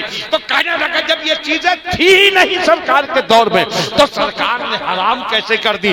میں نے کہا یہی تو آقا کی شان عظمت ہے کہ آپ جو کچھ بھی قانون بناتے ہیں وہ قیامت تک کے لیے ہوتا ہے۔ دنیا کی کوئی بھی پارلیمنٹ ہو وہ اپنے سامنے کے لیے قانون دیتی ہے، اور آقا جو قانون دیتے ہیں وہ قیامت تک کے لیے، اس لیے کہ سب اپنے سامنے کا دیکھتے ہیں، آقا قیامت تک کا دیکھتے ہیں۔ بے شک بے شک، سبحان اللہ۔ سرکار نے اعلان فرما دیا کلو مسکرین حرام، فرمایا کلو مسکرین خمر و کلو مسکرین حرام۔ ارشاد فرمایا نشے کی جو چیز بھی ہو، کوئی بھی نشے کی چیز ہو جو نشہ پیدا کرنے والی ہے، دماغ پر جس کا نشہ چھاتا ہے، وہ شراب ہی کے حکم میں ہے اور وہ حرام ہے۔ آقا نے فرما دیا نشے والی جو چیز بھی ہو، تو اب تک جو چیزیں ایجاد ہوئی ان کا حکم بھی یہی ہے، اور قیامت تک نشے کی جو چیزیں ایجاد ہوگی سب کا حکم یہی ہے، سب کی سزا یہی ہے۔ اے ایمان والو، نبی کا جشن پیدائش مناتے ہو، نبی کا کلمہ پڑھتے ہو تو شیطان کے جال کو توڑ دو اور دل میں عہد کر لو کہ اب کبھی شراب کے قریب نہیں جائیں گے انشاءاللہ۔ آج تو حال یہ ہے ہمارا، برائیوں میں ڈوب گئے، شیطان نے ایسا جکڑ لیا ہے جن جالوں کو سرکار نے توڑا تھا، ان جالوں کو پھیلا کر شیطان نے پوری طرح سے اس امت کو پھنسا لیا۔ آج ہمارا نوجوان گانوں میں ڈوب گیا، فلموں میں ڈوب گیا، جس کو دیکھو گانے۔ یہ موبائل بنا تھا اس لیے کہ اس سے دور دراز بات ہو سکے، ضرورت کی عالم سے مسئلہ پوچھ سکے، دوستوں سے خیر خیریت معلوم کر لے، رشتہ داروں سے ان کے حال چال کا پتہ چل جائے، بزنس والے بزنس کی بات کرے۔ لیکن آج ہر نوجوان کے ہاتھ میں فون، اور یہ سب جو ضرورت کی بات ہے وہ بہت کم۔ جب دیکھو یا تو گانے سن رہا ہے، یا فلم دیکھ رہا ہے، یا رات کے سناٹے میں نالی کے کنارے بیٹھا، ایک ہاتھ سے موبائل کان پر لگائے ہے، دوسرے ہاتھ سے مچھر مار رہا، گھنٹوں بیٹھا ہوا ہے۔ ذرا سوچو، گانے، اتنے گانے، ہر وقت گانے۔ عالم یہ ہے کہ اس کا فون آئے تو اس کی گھنٹی کی بجائے گانا سنائی دے، اس کو فون لگاؤ تب گانا سنائی دے۔ سن، تیرے یہ کان گانا سننے کے لیے نہیں بنائے گئے، تیرے کان اللہ و رسول کا ذکر سننے کے لیے بنائے گئے۔ تیری زبان گانا گانے کے لیے نہیں بنائی گئی، قرآن پڑھنے کے لیے بنائی گئی۔ اور تیری آنکھیں یہ فلمیں دیکھنے کے لیے نہیں بنائی گئی، قرآن کا دیدار کرنے کے لیے بنائی گئی۔ بے شک بے شک، اللہ اکبر، یا رسول اللہ، یا غوث، زندہ باد، زندہ باد، زندہ باد، مرحبا مرحبا۔ اب دھیان سے سنو بیٹا، ہنسنے کی بات نہیں، کب تم میں سدھار آئے گا؟ تم عذاب کی طرف بھاگ رہے ہو، اللہ کا عذاب تمہیں نگلنے کے لیے تیار ہے۔ اگر تم نے گانے نہ چھوڑے، فلمیں نہ چھوڑی، اگر یہ فون پر غیر بے لڑکیوں سے بات چیت ختم نہ کی، اگر تم نے برائیوں کے راستے نہ چھوڑے، تو اللہ کے عذاب کا نشانہ بن جاؤ گے۔ عذاب سے بچنے کا ایک ہی راستہ ہے کہ برائیاں چھوڑ کر اپنے قدموں کو بڑھاؤ مسجد کی طرف۔ جس نبی کی پیدائش کا جشن ہے جانتے ہو؟ جب سرکار کے وصال کا وقت آیا، ظاہری دنیا سے جا رہے تھے، نگاہوں سے چھپ رہے تھے، ہم یہی کہیں گے نگاہوں سے چھپ رہے تھے، اس لیے کہ ہمارا عقیدہ ہے کہ سرکار آج بھی زندہ ہے۔ اس لیے کتنے بدعقیدہ وہابی دیوبندی نوجوانوں کو سمجھاتے ہیں، تم 12 ربیع الاول کو پیدائش کا جشن مناتے ہو، اس تاریخ کو آقا پیدا ہوئے تھے ٹھیک ہے، مگر بعد میں وفات بھی اسی تاریخ کو ہوئی، تو تم پیدائش کی خوشی کیوں مناتے ہو؟ وفات کا غم کیوں نہیں مناتے؟ ان لوگوں سے کہہ دو کہ سنو، وفات کا غم ان کی منایا جاتا ہے جو وفات کے بعد مر جاتا ہے، اور ہمارے نبی وفات سے پہلے بھی زندہ، وفات کے بعد بھی زندہ۔ بے شک بے شک، سبحان اللہ سبحان اللہ۔ اب بیٹا اس طرح ایک ایک کر کے بیٹھے بیٹھے تھک گئے، کھڑے ہو کے سننا، جا کوئی نہیں رہا ہے ان میں سے، بیٹھے بیٹھے یہ زمین پر نہ جانے کب سے بیٹھے ہیں، اب کھڑے ہو کے سن رہے ہیں، دل لگائیے اور بولیے سبحان اللہ۔ تو ہم کہتے ہیں جب نگاہوں سے چھپ رہے تھے تو جانتے ہو کیا فرما رہے تھے؟ فرما رہے تھے الصلاۃ الصلاۃ، نماز کا خیال رکھنا، نماز کا خیال رکھنا۔ بالکل ظاہری دنیا سے جاتے وقت آپ کے یہ مقدس الفاظ تھے، آج ہم نماز کا کتنا خیال رکھ رہے ہیں؟ مسجدیں خالی، نماز کا وقت ہے اور مسلمان نماز کے باہری باتوں میں لگا ہوا ہے۔ یاد رکھو کہ یہ نماز کا چھوڑنا یہ تمہارے لیے جہنم کا اتنا سخت عذاب لائے گا جس کا تم تصور بھی نہیں کر سکتے۔ ایک بات بتائیے، دن رات میں نمازیں کتنے وقت کی پڑھ؟ 5۔ کیا آپ لوگوں کو معلوم نہیں؟ سب بولیے، گھر سے پوچھ کر آنے کی بات نہیں، سب جانتے ہیں کتنے وقت کی ہے۔ ویسے فرض تو 50 وقت کی ہوئی تھی، معراج میں 50 وقت کی نماز لے کر چلے تھے، وہ تو حضرت موسیٰ مل گئے، بھیج دیا واپس، آپ کی امت 50 وقت پڑھ نہ سکے گی، کم کرائی، گئے اللہ نے 5 کم کر دی، حضرت موسیٰ نے پھر بھیجا، پھر 5 کم ہوئی، بھیجتے رہے، 5 کم ہوتی رہی، آخر میں رہ گئی 5۔ پھر سرکار واپس آئے، حضرت موسیٰ نے پوچھا اب کتنی؟ سرکار نے بتایا اب 5 رہ گئی۔ کہا 5 بھی آپ کی امت کے لیے بھاری ہوں گی، پھر جائیے اور کم کرا لیجئے۔ آقا نے فرمایا نہیں، اب میں اتنی کم کرا چکا کہ اب آتے جاتے ہوئے شرم محسوس ہوتی ہے۔ ایک نالائق نے سنا تو کہنے لگا کہ 1 چکر اور لگا لیتے تو معاملہ ہی صاف ہو جاتا۔ ہر چکر میں 5 کم ہو رہی تھی، 1 چکر اور لگ جاتا تو ان کی بھی چھٹی ہو جاتی، مگر نہیں جانتا کہ یہ 5 ہیں کیا۔ جب آقا نے یہ فرمایا کہ اب نہیں جاؤں گا تو رب کی طرف سے حکم آیا تھا، اے میرے محبوب میں نے 50 نمازیں فرض کی تھی، تمہارے کہنے سے 5 کر دی، لیکن میرا فرمان بدلتا نہیں، تمہاری امت پڑھا کرے گی 5 وقت کی، مگر ثواب 50 کا ہی دیا کروں گا۔ بے شک سبحان اللہ سبحان اللہ۔ آپ 50 کا، مگر ہیں کتنی؟ 5۔ پھر زور سے بولیے 5۔ اچھا دن رات میں ہوئی 5، مہینہ 30 دن کا ہو تو 1 مہینے میں کتنی؟ اتنا حساب کمزور ہے آپ کا، یہ بزرگوار تو بول رہے ہیں 30 دن کا مہینہ ہو تو 30 پنجے 150۔ اب کیلکولیٹر لے کر بیٹھنا، اب تو ہر موبائل میں بھی ہوتا ہے مگر اس کو کام میں کہاں لیتا ہے، مگر جوڑنا کہ 1 سال کی کتنی ہوئی۔ اب میں نے پوچھا بیٹا تمہاری عمر؟ کہنے لگا حضرت میری عمر 20 سال۔ میں نے کہا اگر 12 سال کی عمر میں نماز فرض ہوئی تو 8 سال کی جوڑ کتنی ہوئی؟ آپ کی عمر کتنی؟ کہنے لگا حضرت میری 30 سال۔ تو میں نے کہا تجھ پر 12 سال کی عمر میں اگر نماز فرض ہوئی تو 18 سال کی جوڑ لے۔ میں نے کہا محترم آپ کی عمر؟ کہنے لگے 70 سال۔ میں نے کہا آپ جوڑیے 12 سال کی عمر میں اگر نماز فرض ہوئی تو 58 سال کی جوڑیے نمازیں کتنی ہوئی؟ اور جب پورا ٹوٹل نکل آئے تو پھر سوچئے کہ ان میں سے پڑھی کتنی؟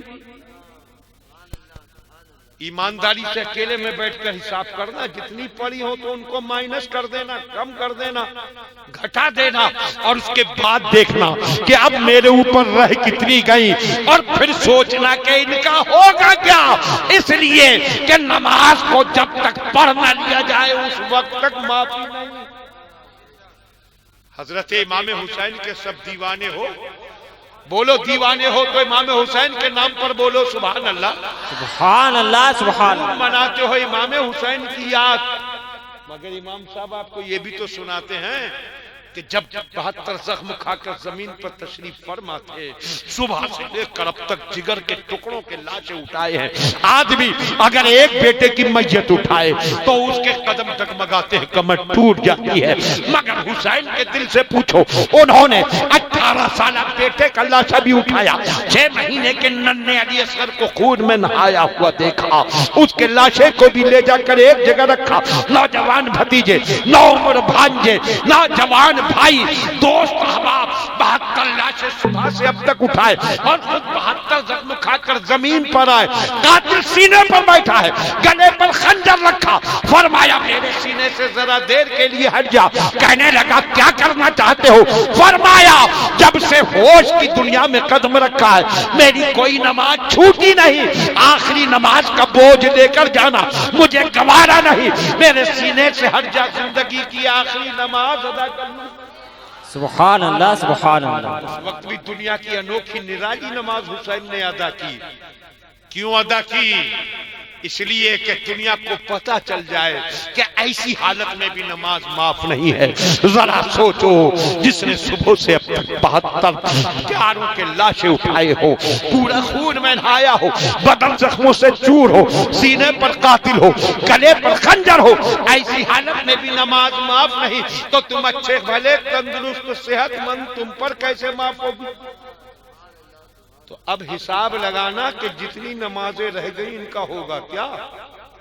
اب تم سوچو کہ جب قیامت میں پکڑے جاؤ گے نمازوں کا کیا ہے، تو امام صاحب بچا لیں گے نہیں، ابا بچا لیں گے، وہ تو خود پھنسے پڑے ہوں گے، ان پر تو خود ہی رہ گئے، بھائی بچائیں گے وہ خود پھنسے ہوں گے، اور کون بچائے گا؟ نہیں، نماز ایسا قرض ہے کہ ادا کیے بغیر چارہ ہی نہیں۔ ہاں اسلام نے اتنی گنجائش دی ہے کہ اگر اب تک چھوٹ چکی ہیں تو دل سے شرمندہ ہوگا، رب کی بارگاہ میں توبہ کرو اور پچھلی اب پڑھنا شروع کر دو، اب کی ادا بھی کرو، پچھلی قضا بھی کرو، تو جب پچھلی اب پڑھ لو گے تب بھی اس سزا سے معافی ہو جائے گی۔ بے شک چھوڑنے کی سزا نہیں ملے گی۔ پوچھا جائے گا تو یہی کہ وقت پر کیوں نہیں پڑھی، قضا کیوں کی، پھر چھوڑنے والی سزا نہیں۔ اور حدیث پڑھو، ایک ایک وقت کی نماز کے بدلے میں ہزاروں سال تک جہنم کی آگ میں جلنا پڑے گا۔ آؤ اب اسلام کی شان رحمت دیکھو، فرمایا گیا اگر دل میں اللہ کا خوف پیدا ہو جائے اور آدمی یہ عہد کر لے کہ اب اگلی بھی پڑھوں گا اور پچھلی بھی جو قضا ہوئی ان کو بھی پڑھتا رہوں گا، اور جتنا خالی وقت ملے ان میں پچھلی پڑھنا شروع کر دے، لیکن ابھی پچھلی پوری نہ ہوئی تھی کہ موت آ جائے، تب اللہ کی رحمت سے امید ہے کہ پچھلی معاف ہو جائے۔ سبحان اللہ، سبحان اللہ۔ سچے دل سے پچھلی ادا کرنا شروع کر دے گا تب معافی کی امید ہے۔ اور ایسے ہی دنیا سے چلا گیا کیا کرے گا؟ اے میرے نوجوان، اے نونہال، اے جوان بھائی، اے بزرگوں، ذرا سوچو، یہ تمہارے پیارے پیارے بدن، یہ تمہارے نازک بدن، یہ تمہارے خوبصورت بدن جب جہنم کی آگ میں ڈالے جائیں گے تب کیا ہوگا؟ اگر جہنم کی آگ کا اندازہ لگانا چاہو تو گرم توے پر ذرا سی انگلی رکھ کر دیکھو، اچھل پڑو گے، جبکہ اس آگ کی اس کے سامنے کوئی حیثیت ہی نہیں۔ حدیث میں فرمایا گیا کہ اگر جہنم کی آگ سوئی کی نوک کے برابر دنیا میں ڈال دی جائے تو پوری دنیا جل کر راکھ کا ڈھیر ہو جائے گی۔ بتاؤ اس جہنم کی آگ میں جب ڈالے جاؤ گے تو کیا ہوگا؟ کیسے اس جہنم کی آگ میں تم برداشت کر سکو گے؟ اس لیے آج دل میں یہ ہے کر کے اٹھنا، اپنے دل میں یہ وعدہ خود سے کرنا کہ اب کچھ بھی ہو جائے نماز نہ چھوڑیں گے، اگلی بھی پڑھیں گے، پچھلی بھی قضا کرتے چلے جائیں گے انشاءاللہ۔ یہ نماز کا چھوڑنا، یہ شرابوں کا پینا، یہ جوا کھیلنا، جوا اللہ کی پناہ اتنا بڑا جرم۔ اور جوئے کا فائدہ کیا؟ ہارے تو مال گیا اور جیتا تو جو ملا وہ حرام، سراسر حرام، حاصل کچھ بھی نہیں، جو ملے گا وہ کیا ہے؟ اب سوال یہ ہے، ایک سچی بات، خدا نہ کرے معاذ اللہ، اگر سامنے خنزیر کا گوشت آ جائے تو کیا کھانا پسند کرو گے؟ ارے بولو، سچائی سے بولو، سب بولو، ادھر ادھر والے سب بولو، کرسیوں والے بھی بولو۔ اب اس چکر میں ہوں گے لوگ کہ یہ اس نے کون سی باتیں شروع کی، وہی سب بولتا رہتا، مگر نہیں، جانتا ہوں بچوں نے کتنی محنت کی ہوگی جلسے کے لیے، تو اس محنت کا ثمرہ صرف نعرے اور سبحان اللہ نہیں، ثمرہ یہی ہے کہ لوگوں کے دلوں میں اللہ کا خوف اور نبی کی محبت پیدا کی۔ جواب دو، اللہ کے فرشتے لکھ لے، جو تمہارے دل کی آواز ہو وہ بولو، سب بولو، کیا خنزیر کا گوشت کھانا پسند کرو گے؟ کبھی نہیں، جان دے دے گا مسلمان، نہیں کھائے گا۔ مگر یہ بھی تو سوچو کیوں نہیں کھاؤ گے؟ کہ ہمارے دین نے اس کو حرام کیا، اسی وجہ سے تو جس دین نے، جس قرآن نے خنزیر کا گوشت حرام کیا، اسی نے شراب کو بھی حرام کیا، اسی نے جوئے کو بھی حرام کیا، جوئے کی کمائی کو بھی حرام کیا، سود کی کمائی کو بھی حرام کیا۔ تو ذرا سوچو، وہی ایک دین ہے، وہی ایک قرآن ہے جو سب چیزوں کو حرام کر رہا ہے، تو ایک چیز سے جب نفرت ہے تو باقی چیزیں کیوں گوارا؟ پھر جوئے کی کمائی کیسے گوارا؟ جس نے خنزیر کا گوشت حرام کیا اسی دین نے جوئے کی کمائی کو بھی حرام کیا۔ جس دین نے خنزیر کا گوشت حرام کیا اسی نے شراب کو بھی حرام کیا، اسی نے سود کو بھی حرام کیا۔ تو جتنی نفرت خنزیر کے گوشت سے ہوتی ہے اتنی ہی نفرت شراب سے بھی ہونا چاہیے، اتنی ہی نفرت سود سے بھی ہونا چاہیے، بیاج سے بھی ہونا چاہیے، اور اتنی ہی نفرت جوئے کی کمائی سے بھی ہونا چاہیے۔ یہ سب شیطان کے جال ہیں جن میں تم پھنسے ہو، اور آقا انہی جالوں کو توڑنے کے لیے تشریف لائے تھے۔ اس لیے شیطان سر پٹک پٹک کر رو رہا ہے کہ آج تک میں نے جتنے جال بچھائے تھے مکے میں آمنہ کے گھر جو بچہ پیدا ہو رہا ہے وہ سارے جالوں کو توڑ دے گا۔ بے شک، سبحان اللہ، سبحان جو شیطانی ذریت تھی اس نے کہا اے شیطان اتنا پریشان تو کیوں ہے؟ ایک بچے کی بات ہے نا، پیدا ہو جانے دے، ہم سب کس کام میں آئے ہیں؟ پیدا ہوتے ہی معاذ اللہ اس بچے کو مار دیں گے۔ تو شیطان نے کہا تھا تم اس بچے کو کیا مارو گے؟ تم اسے جانتے نہیں جو یہ بات کر رہے ہو؟ میں تو صدیوں سے مارنے کے چکر میں ہوں، آج تک نہیں مار پایا۔ شیطان کی ذریت بولی، لگتا ہے ابلیس کا دماغ ہی چل گیا۔ کہا اے شیطان، اے ابلیس، ایک طرف تو کہہ رہا ہے کہ وہ بچہ آج پیدا ہو رہا ہے، اور ایک طرف کہہ رہا ہے کہ میں صدیوں سے اس کو مارنے کے چکر میں ہوں۔ یہ تو بتا، اگر وہ بچہ آج پیدا ہو رہا ہے تو صدیوں سے تو کسے مار رہا تھا؟ اور اگر وہ صدیوں سے ہے تو آج کون پیدا ہو رہا ہے؟ شیطان نے کہا تم یہ بات اس لیے کہہ رہے ہو کہ اس بچے کی حقیقت کو نہیں جانتے۔ سنو، وہ بچہ لباس انسانی میں آ جا رہا ہے، مگر پیکرے نور میں نہ جانے کب سے موجود ہے۔ ارے اب بولیے، آپ تو سبحان اللہ کہنا بھی۔ سبحان اللہ، سبحان اللہ۔ کرسی والے لوگ بھی جاگ رہے ہیں تو ہاتھ اٹھا کر بولے سبحان اللہ۔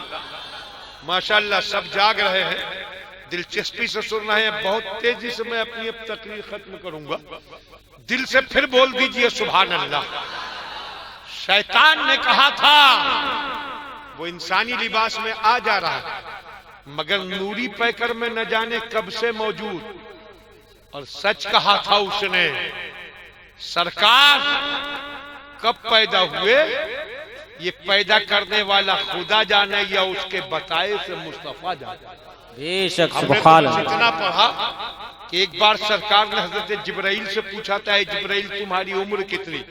تو حضرت جبرائیل نے عرض کیا تھا، اے آقا میں ایک اندازہ بتا سکتا ہوں، عرش پر ایک ستارہ چمکتا تھا، 70,000 سال کے بعد وہ ستارہ دکھائی دیتا تھا، میں نے اس کو 72,000 مرتبہ دیکھا۔ تو سرکار نے فرمایا جبرائیل وہ ستارہ کوئی اور نہ تھا، وہ میں ہی تو تھا۔ سبحان اللہ، سبحان اللہ۔ جبرائیل نے کہا تھا، اے آقا اگر آپ تھے وہ ستارہ تو ایک مسئلہ حل کریں۔ فرمایا بولو کیا پوچھنا چاہتے ہو؟ عرض کیا اے آقا وہ ستارہ 70,000 سال کے بعد نظر آتا تھا، 70,000 سال تک چھپا رہتا تھا۔ اگر آپ تھے وہ ستارہ تو یہ بتائیں کہ آپ 70,000 سال تک نظر کیوں نہیں آتے تھے؟ 70,000 سال کے بعد کیوں دکھائی دیتے تھے؟ ارشاد فرمایا اے جبرائیل میں اس وقت عرش کے سامنے اللہ کی عبادت میں لگا تھا، جب میں اپنا سر سجدے میں رکھتا تھا تو تمہاری نظر سے چھپ جاتا تھا، اور سجدے سے سر اٹھایا کرتا تھا تو تمہیں نظر آنے لگا۔ سبحان اللہ، سبحان اللہ۔ دیجئے دل سے سبحان اللہ۔ سبحان اللہ، سبحان اللہ۔ شیطان تو جانتا تھا اس حقیقت کو، کہنے لگا میں کب سے چکر میں تھا کہ یہ بچہ ختم ہو جائے، تم کیا جانو میں نے ابراہیم کو نمرود سے آگ میں کیوں ڈلوایا تھا؟ ابراہیم کا تو ایک بہانہ تھا، ابراہیم کی پیشانی میں اسی نبی کا نور تھا، مجھے اس نور کو ختم کرانا تھا، مگر اس نور کی برکت تھی کہ ابراہیم کے قدم جیسے ہی آگ میں پہنچے تو آگ کے انگارے پھول بن کر ان کے قدموں کو چومتے نظر آئے۔ بے شک، بے شک، سبحان اللہ۔ شیطان سر پٹکتا رہ گیا اور سرکار اس دنیا میں تشریف لے آئے۔ اب دیکھیں، بس آخر میں ایک بات کہوں، دھیان سے سنیں، حق و باطل کا فیصلہ ہو جائے۔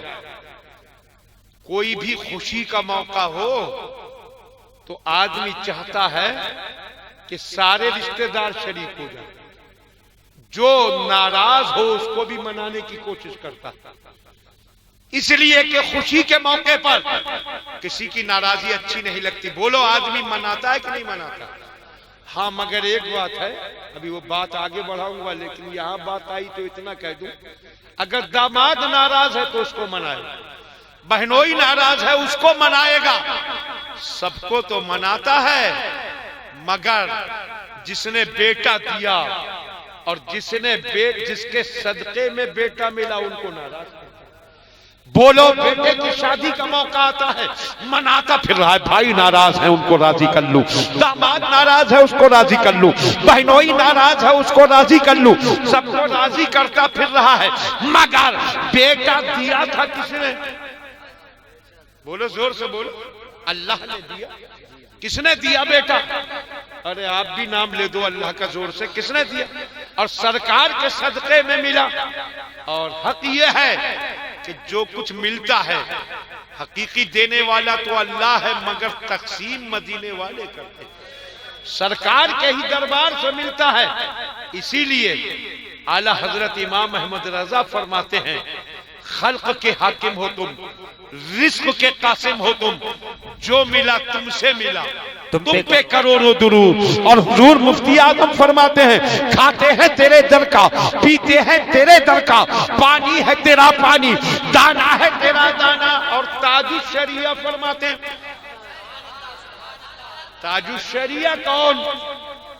فتویٰ دیکھو تو اعلی حضرت کی جھلک نظر آئے، تقویٰ دیکھو تو مفتی اعظم کا جلوہ نظر آئے۔ سبحان اللہ سبحان اللہ۔ وہ فرماتے ہیں جہاں بانی عطا کر دیں بھری جنت ہبا کر دیں، جہاں بانی عطا کر دیں بھری جنت ہبا کر دیں، نبی مختار کل ہیں، جس کو جو چاہے عطا کر دے، بے شک سبحان اللہ سبحان اللہ۔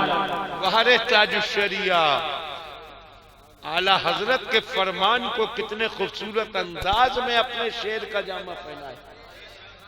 اور تاج الشریعہ اللہ نے وہ جلوہ دیا ہے کہ جہاں بیٹھ جائیں اکیلے نظر آتے۔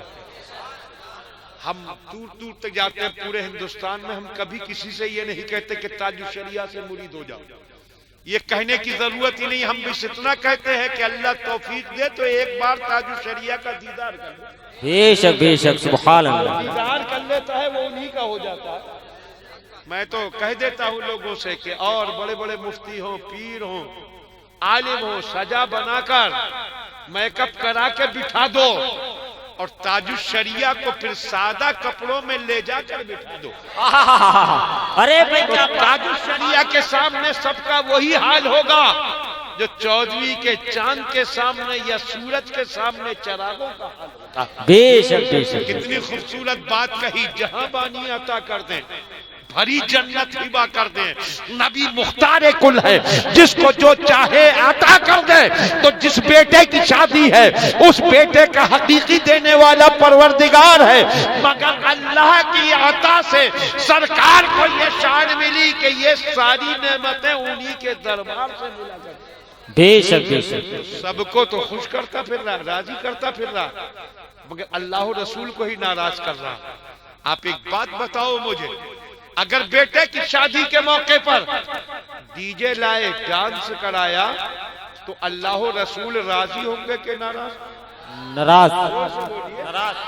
بینڈ باجا بجایا تو اللہ و رسول راضی ہوں گے کہ ناراض؟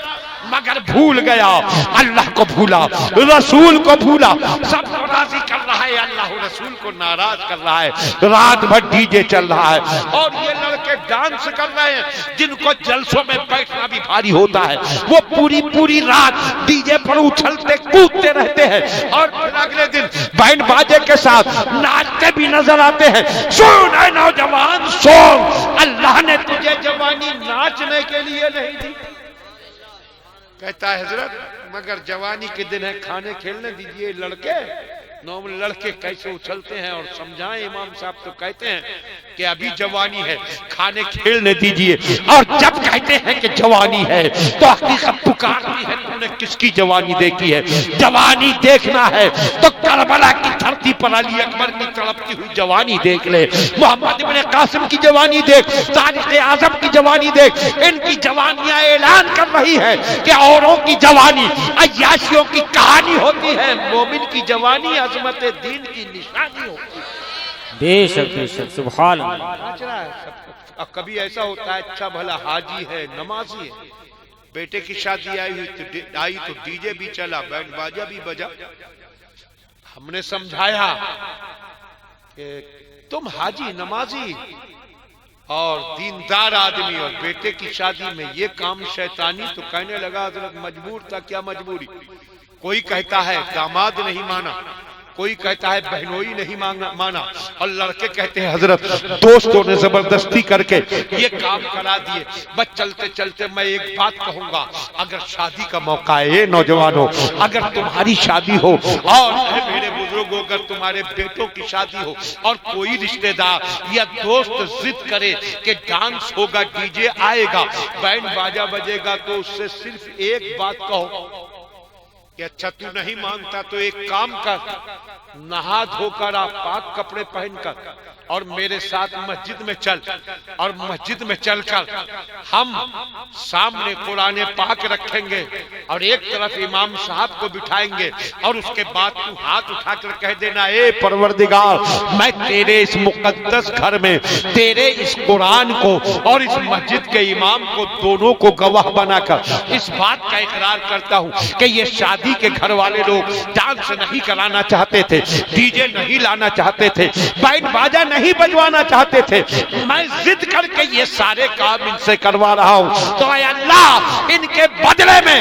جہنم کی جتنی بھی سزا ہو وہ ان میں سے کسی کو نہ دی جائے، سب میرے نام لکھ دی جائے۔ اس سے کہو کہ چل کے مسجد میں یہ کہہ دے تو ہاتھ چھڑا کے بھاگ جائے گا، مگر یہ کہنے پر تیار نہیں ہوگا۔ اور جب تیار نہ ہو تو اس سے کہہ دیجئے کہ جب تو سزا بھگتنے کو تیار نہیں تو تیرے کہنے سے ہم بھی جہنم میں جانے کو تیار نہیں، اس لیے اب وہ نہیں ہوگا جو تیرے دل کا ارمان ہے، وہ ہوگا جو خدا و رسول کا فرمان ہے۔ بے شک سبحان اللہ سبحان اللہ۔ شادی کا موقع ہے تو اللہ و رسول کو خوش کرو۔ ہے نوجوانوں، شادی زندگی کا سب سے اہم موڑ ہوتا ہے، اور اس کے بعد کی زندگی اصل زندگی ہوتی ہے، وہ چین سے گزر جائے تب زندگی کی نیا پار ہو گئی۔ اور شادی کے بعد کی زندگی میں اگر مصیبتیں، مشقتیں اور الفتیں اور جھگڑے جھمیلے سامنے آ جائے تو زندگی جہنم بن جاتی ہے۔ اور تم بھی جانتے ہو کہ ڈانس ہوگا، ڈی جے پر ناچیں گے، بینڈ باجا بجے گا تو لعنتوں کی برسات ہوگی، اور اس کی بجائے تم اللہ و رسول کا ذکر کرا لو تو رحمتوں کی برسات ہوگی۔ جو کام لعنتوں کے سائے میں ہوگا وہ مصیبت بنے گا، اور جو کام رحمتوں کے سائے میں ہوگا وہ زندگی بھر کے لیے خوشیوں کا سامان بن جائے۔ بے شک سبحان اللہ۔ سب کو خوش کرتا پھرتا ہے آدمی، اللہ و رسول کو ناراض کرتا ہے، خوشی کے موقع پر چاہتا ہے سب راضی ہو۔ ہم نے کہا پروردگار یہ تیرے محبوب کی پیدائش کا وقت تھا، خوشی کے موقع پر کسی کا رونا اچھا نہیں لگتا۔ اے پروردگار خوشی کا موقع تھا، پوری کائنات خوشی سے جھوم رہی تھی، اے اللہ اس شیطان کو رونے دیا کیوں گیا؟ تیری مرضی کے بغیر کچھ نہیں ہوتا۔ شیطان کے منہ پر تالا ڈال دیا جاتا، منہ پر مہر لگا دی جاتی، رونے ہی نہ دیا جاتا۔ کیوں رونے دیا گیا؟ تو رب کی قدرت کہے گی تم ہماری حکمتوں کے راز کیا جانو۔ اگر شیطان کو رونے نہ دیا جاتا تو دنیا فرشتوں کو خوشی مناتے ہوئے دیکھتی، اور قیامت تک جو لوگ میرے محبوب کی پیدائش کے موقع پر خوشی مناتے سمجھ لیتی کہ یہ فرشتوں کے طریقے پر چل رہے ہیں، مگر جو خوشی سے جلتے، جو جھنڈوں سے جلتے، جو روشنی سے جلتے، اور جو ذکر مصطفیٰ سے جلتے، دنیا کو کیسے پتہ چلتا کہ یہ کس کے طریقے پر چل رہے ہیں؟ اس لیے فرشتوں کو خوشی مناتے دکھایا گیا اور شیطان کو روتے ہوئے دکھایا گیا، تاکہ قیامت تک دنیا سمجھ لے کہ اس موقع پر جو خوشی مناتے ہیں وہ فرشتوں کے طریقے پر چلتے ہیں، اور جو خوشی سے جلتے ہیں وہ شیطان کے طریقے پر چلتے ہیں۔ بے شک اب اپنی اپنی پسند کسی طریقے پر چلے۔ لوگ جب ڈائریکٹ نہیں روک پاتے تو کہتے ہیں کہ جلسہ کیوں کر رہے ہو، اتنا بڑا جلسہ، اتنا خرچ کرتے ہو، اتنا کسی غریب کی بیٹی کی شادی میں خرچ کر دو۔ کوئی کہتا ہے کہ اتنا مسجد میں لگا دو۔ اب تعجب یہ ہوتا ہے جلسے دیکھ کر نبی کی پیدائش کے جشن پر جلسے سجائے جائیں تب تو لوگوں کو بیٹیوں کی شادیاں یاد آتی ہیں، مسجد یاد آتی ہے، لیکن کبھی شادی والوں سے نہیں کہتے کہ تم جو فضول خرچ کر رہے ہو اس خرچ کرنے کی بجائے اسے مسجد میں لگا دو۔ شادی ہوگی 20 روپے کا کارڈ چھپا تو ان سے کہیں کہ یہ کارڈ اتنا مہنگا چھپوانے کی بجائے 50 پیسے کے کاغذ پر دعوت نامہ چھپوا کر بٹوا دو۔ اور باقی جو پیسہ بچے وہ مسجد میں لگا دیں. ان کے گھر شادی ہو اور شادی کے موقع پر جب سجاوٹ کرتے ہیں تب کیوں نہیں کہتے کہ شادی پر یہ سجاوٹ نہ کرو, اتنا پیسہ کسی غریب کی بیٹی کی شادی میں دے دو. کتنے فضول خرچی کرتا ہے آدمی, تب نہیں روکتے. ہاں یہ جشن پیدائش منایا جاتا ہے, اس میں دین کی باتیں بتائی جاتی ہے, اور انہی دین کی باتوں کو سن کر جب آدمی کے دل میں دین کا احساس پیدا ہوتا ہے تبھی تو غریب کی بیٹی کی شادی سے بھی ہمدردی ہوتی ہے اور مسجدوں سے بھی محبت ہوتی ہے. بے شک سبحان اللہ سبحان اللہ. جب یہ جلسے بند کر دی جائیں تو ان نوجوانوں کو اتنی فرصت کہاں کہ یہ مدرسوں میں جا کر دین سیکھیں. بیچارے لگے رہتے ہیں صبح سے شام تک محنت میں, اور محنت کر کے کماتے ہیں.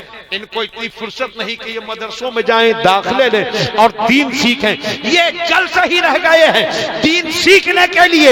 اگر ان جلسوں کو بند کر دیا جائے معاذ اللہ رب العالمین, اور ان جلسوں کی بجائے جو کچھ وہ کر رہے ہیں وہ کیا جائے, تب پھر ان بچوں کو دین کی باتیں ہی معلوم نہ ہوں گی, اور جب دین سے تعلق نہ ہوگا تو مسجدوں کی مدد کیسے کریں گے, بیٹیوں کی شادی میں کیسے حصہ لیں گے. اور یہ بھی دیکھ رہے جو ایسا کہے اس سے پوچھو کہ چلو تم تو جلسہ نہیں کراتے, تم بتاؤ تم نے اب تک کتنے غریبوں کی بیٹیوں کی شادیاں کرا دی. ان سے پوچھو کہ تم نے مسجدوں میں کتنا پیسہ لگا دیا. سنو, مسجدوں میں پیسہ بھی وہی لگاتے ہیں, مدرسوں میں تعاون بھی وہی کرتے ہیں, غریبوں کی بیٹیوں کی شادیاں بھی وہی کراتے ہیں, جو نبی کے جشن کا جلسہ سجاتے ہیں. ان جلسوں میں دین سیکھتے ہیں اور دلوں میں دین کا جذبہ پیدا ہوتا ہے, تو یہی سب کچھ یہ کام کیا کرتے ہیں. بے شک سبحان اللہ. لوگ طرح طرح سے روکتے ہیں, مگر کہاں تک روکیں گے. پوری دنیا میں جشن منایا جا رہا ہے, اور آقا پیدا ہوئے تو پوری کائنات جھوم رہی تھی. ہم نے کہا سارا زمانہ کیوں جھوم رہا ہے, تو ساری دنیا پکار اٹھی, اس لیے کہ وہ آ رہا ہے جو سب پر رحمتوں کی برسات کرنے آیا ہے. کسی نے کہا عبد المطلب کا پوتا آیا, کسی نے کہا عبداللہ کا بیٹا آیا, کسی نے کہا آمنہ کا نور نظر آیا, کسی نے کہا ہاشمی گھرانے کا شہزادہ آیا, مگر رب کا فرمان ازلی پکار اٹھا, وما ارسلناک الا رحمتا للعالمین. یہ وہ آیا ہے جو سارے جہانوں کے لیے رحمت بن کر آیا ہے. اے محبوب, ہم نے تم کو سارے جہانوں کے لیے رحمت بنا کر بھیجا, بے شک وہ سب کے لیے رحمت بن کر آئے, اور یہ ان کی رحمت ہی تو ہے کہ جو اس جلسے میں ہم اور آپ حاضر ہیں. یہ بچے نوجوان, اس نوجوانی میں ان کے دل میں نبی کا جشن سجانے کا جذبہ ہے, یہ بھی آقا کی رحمت ہے. اور آپ لوگوں کے دلوں میں نبی کا ذکر سننے کا جذبہ ہے, یہ بھی آقا کی رحمت. آپ دیکھیں جو بستروں میں پڑے رہے رات ان کی بھی گزر گئی, جو یہاں بیٹھے رہے رات ان کی بھی گزر گئی, مگر کتنا بڑا فرق ہے کہ وہ بستر پر پڑے سو رہے ہیں اور آپ نبی کی یاد میں بیٹھ کر جھوم رہے ہیں. یہ سبحان اللہ رحمت ہے کہ آپ کو اپنی محفل میں بٹھایا. اور یہ بچے انہوں نے محنت کی, محنت تو آدمی کرتا ہی ہے, کوئی گھر کے لیے, کوئی عیش و آرام کے لیے, کوئی کسی چیز کے لیے. انہوں نے محنت کی ہے نبی کی محبت میں, نبی کے ذکر کے لیے. یہ بھی آقا کی رحمت کا حصہ ہے جو انہیں ملا ہے, اور ہمیں یقین ہے کہ آقا کی رحمتوں کی یہ برسات ہمیں دنیا میں بھی ملے گی, انشاءاللہ قبر میں بھی ملے گی, اور حشر میں بھی ملے گی. اور یہ بھی ذہن میں رکھیے کہ آج جو یہ جشن پیدائش رسول کی خوشبو مہکتی نظر آ رہی ہے, یہ سب صدقہ ہے امام احمد رضا کا. لوگوں نے تو فتوے لگائے, روکنے کی کوشش کی, مگر اعلیٰ حضرت نے سب کا جواب دے کر ان سب کے ثبوت میں کتابیں لکھ کر ان سارے کاموں کو کی ایسی دھوم مچا دی کہ آج جس طرف دیکھیے پیدائش مولا کی دھوم نظر آ رہی ہے. بے شک جب تک زندہ رہو نبی کی پیدائش کا جشن مناؤ, لیکن ساتھ میں نبی نے جو پیغام دیا, جو دین لے کر آئے, اس کو اپنے سینے سے لگاؤ. آپ اتنا خود سوچ لو کہ نبی کی پیدائش کا جشن تو تم مناؤ گے، لیکن نبی کے پیغام پر عمل کون کرے گا؟ تم ہی کو عمل کرنا ہے۔ تو آج دل میں یہ عہد کر لو کہ اب نمازوں کی پابندی کریں گے، شراب جوئے سے دور رہیں گے، شادی ہوگی تو نہ ڈی جے قریب آنے دیں گے، نہ ڈانس ہونے دیں گے، نہ بینڈ باجا بجوائیں گے۔ اگر دھوم ہی کرنی ہوگی شادی میں تو ذکر مصطفیٰ کی محفل سجائیں گے۔ اگر یہی عزم لے کر اٹھے تو یہ جلسہ کامیاب۔ مولا تبارک و تعالی سب کو عمل کرنے کی توفیق عطا فرمائے، کوئی غلطی ہوئی ہو معاف فرمائے۔ استغفر اللہ ربی و اتوب الیہ، وآخر دعوانا ان الحمد للہ رب العالمین۔ السلام۔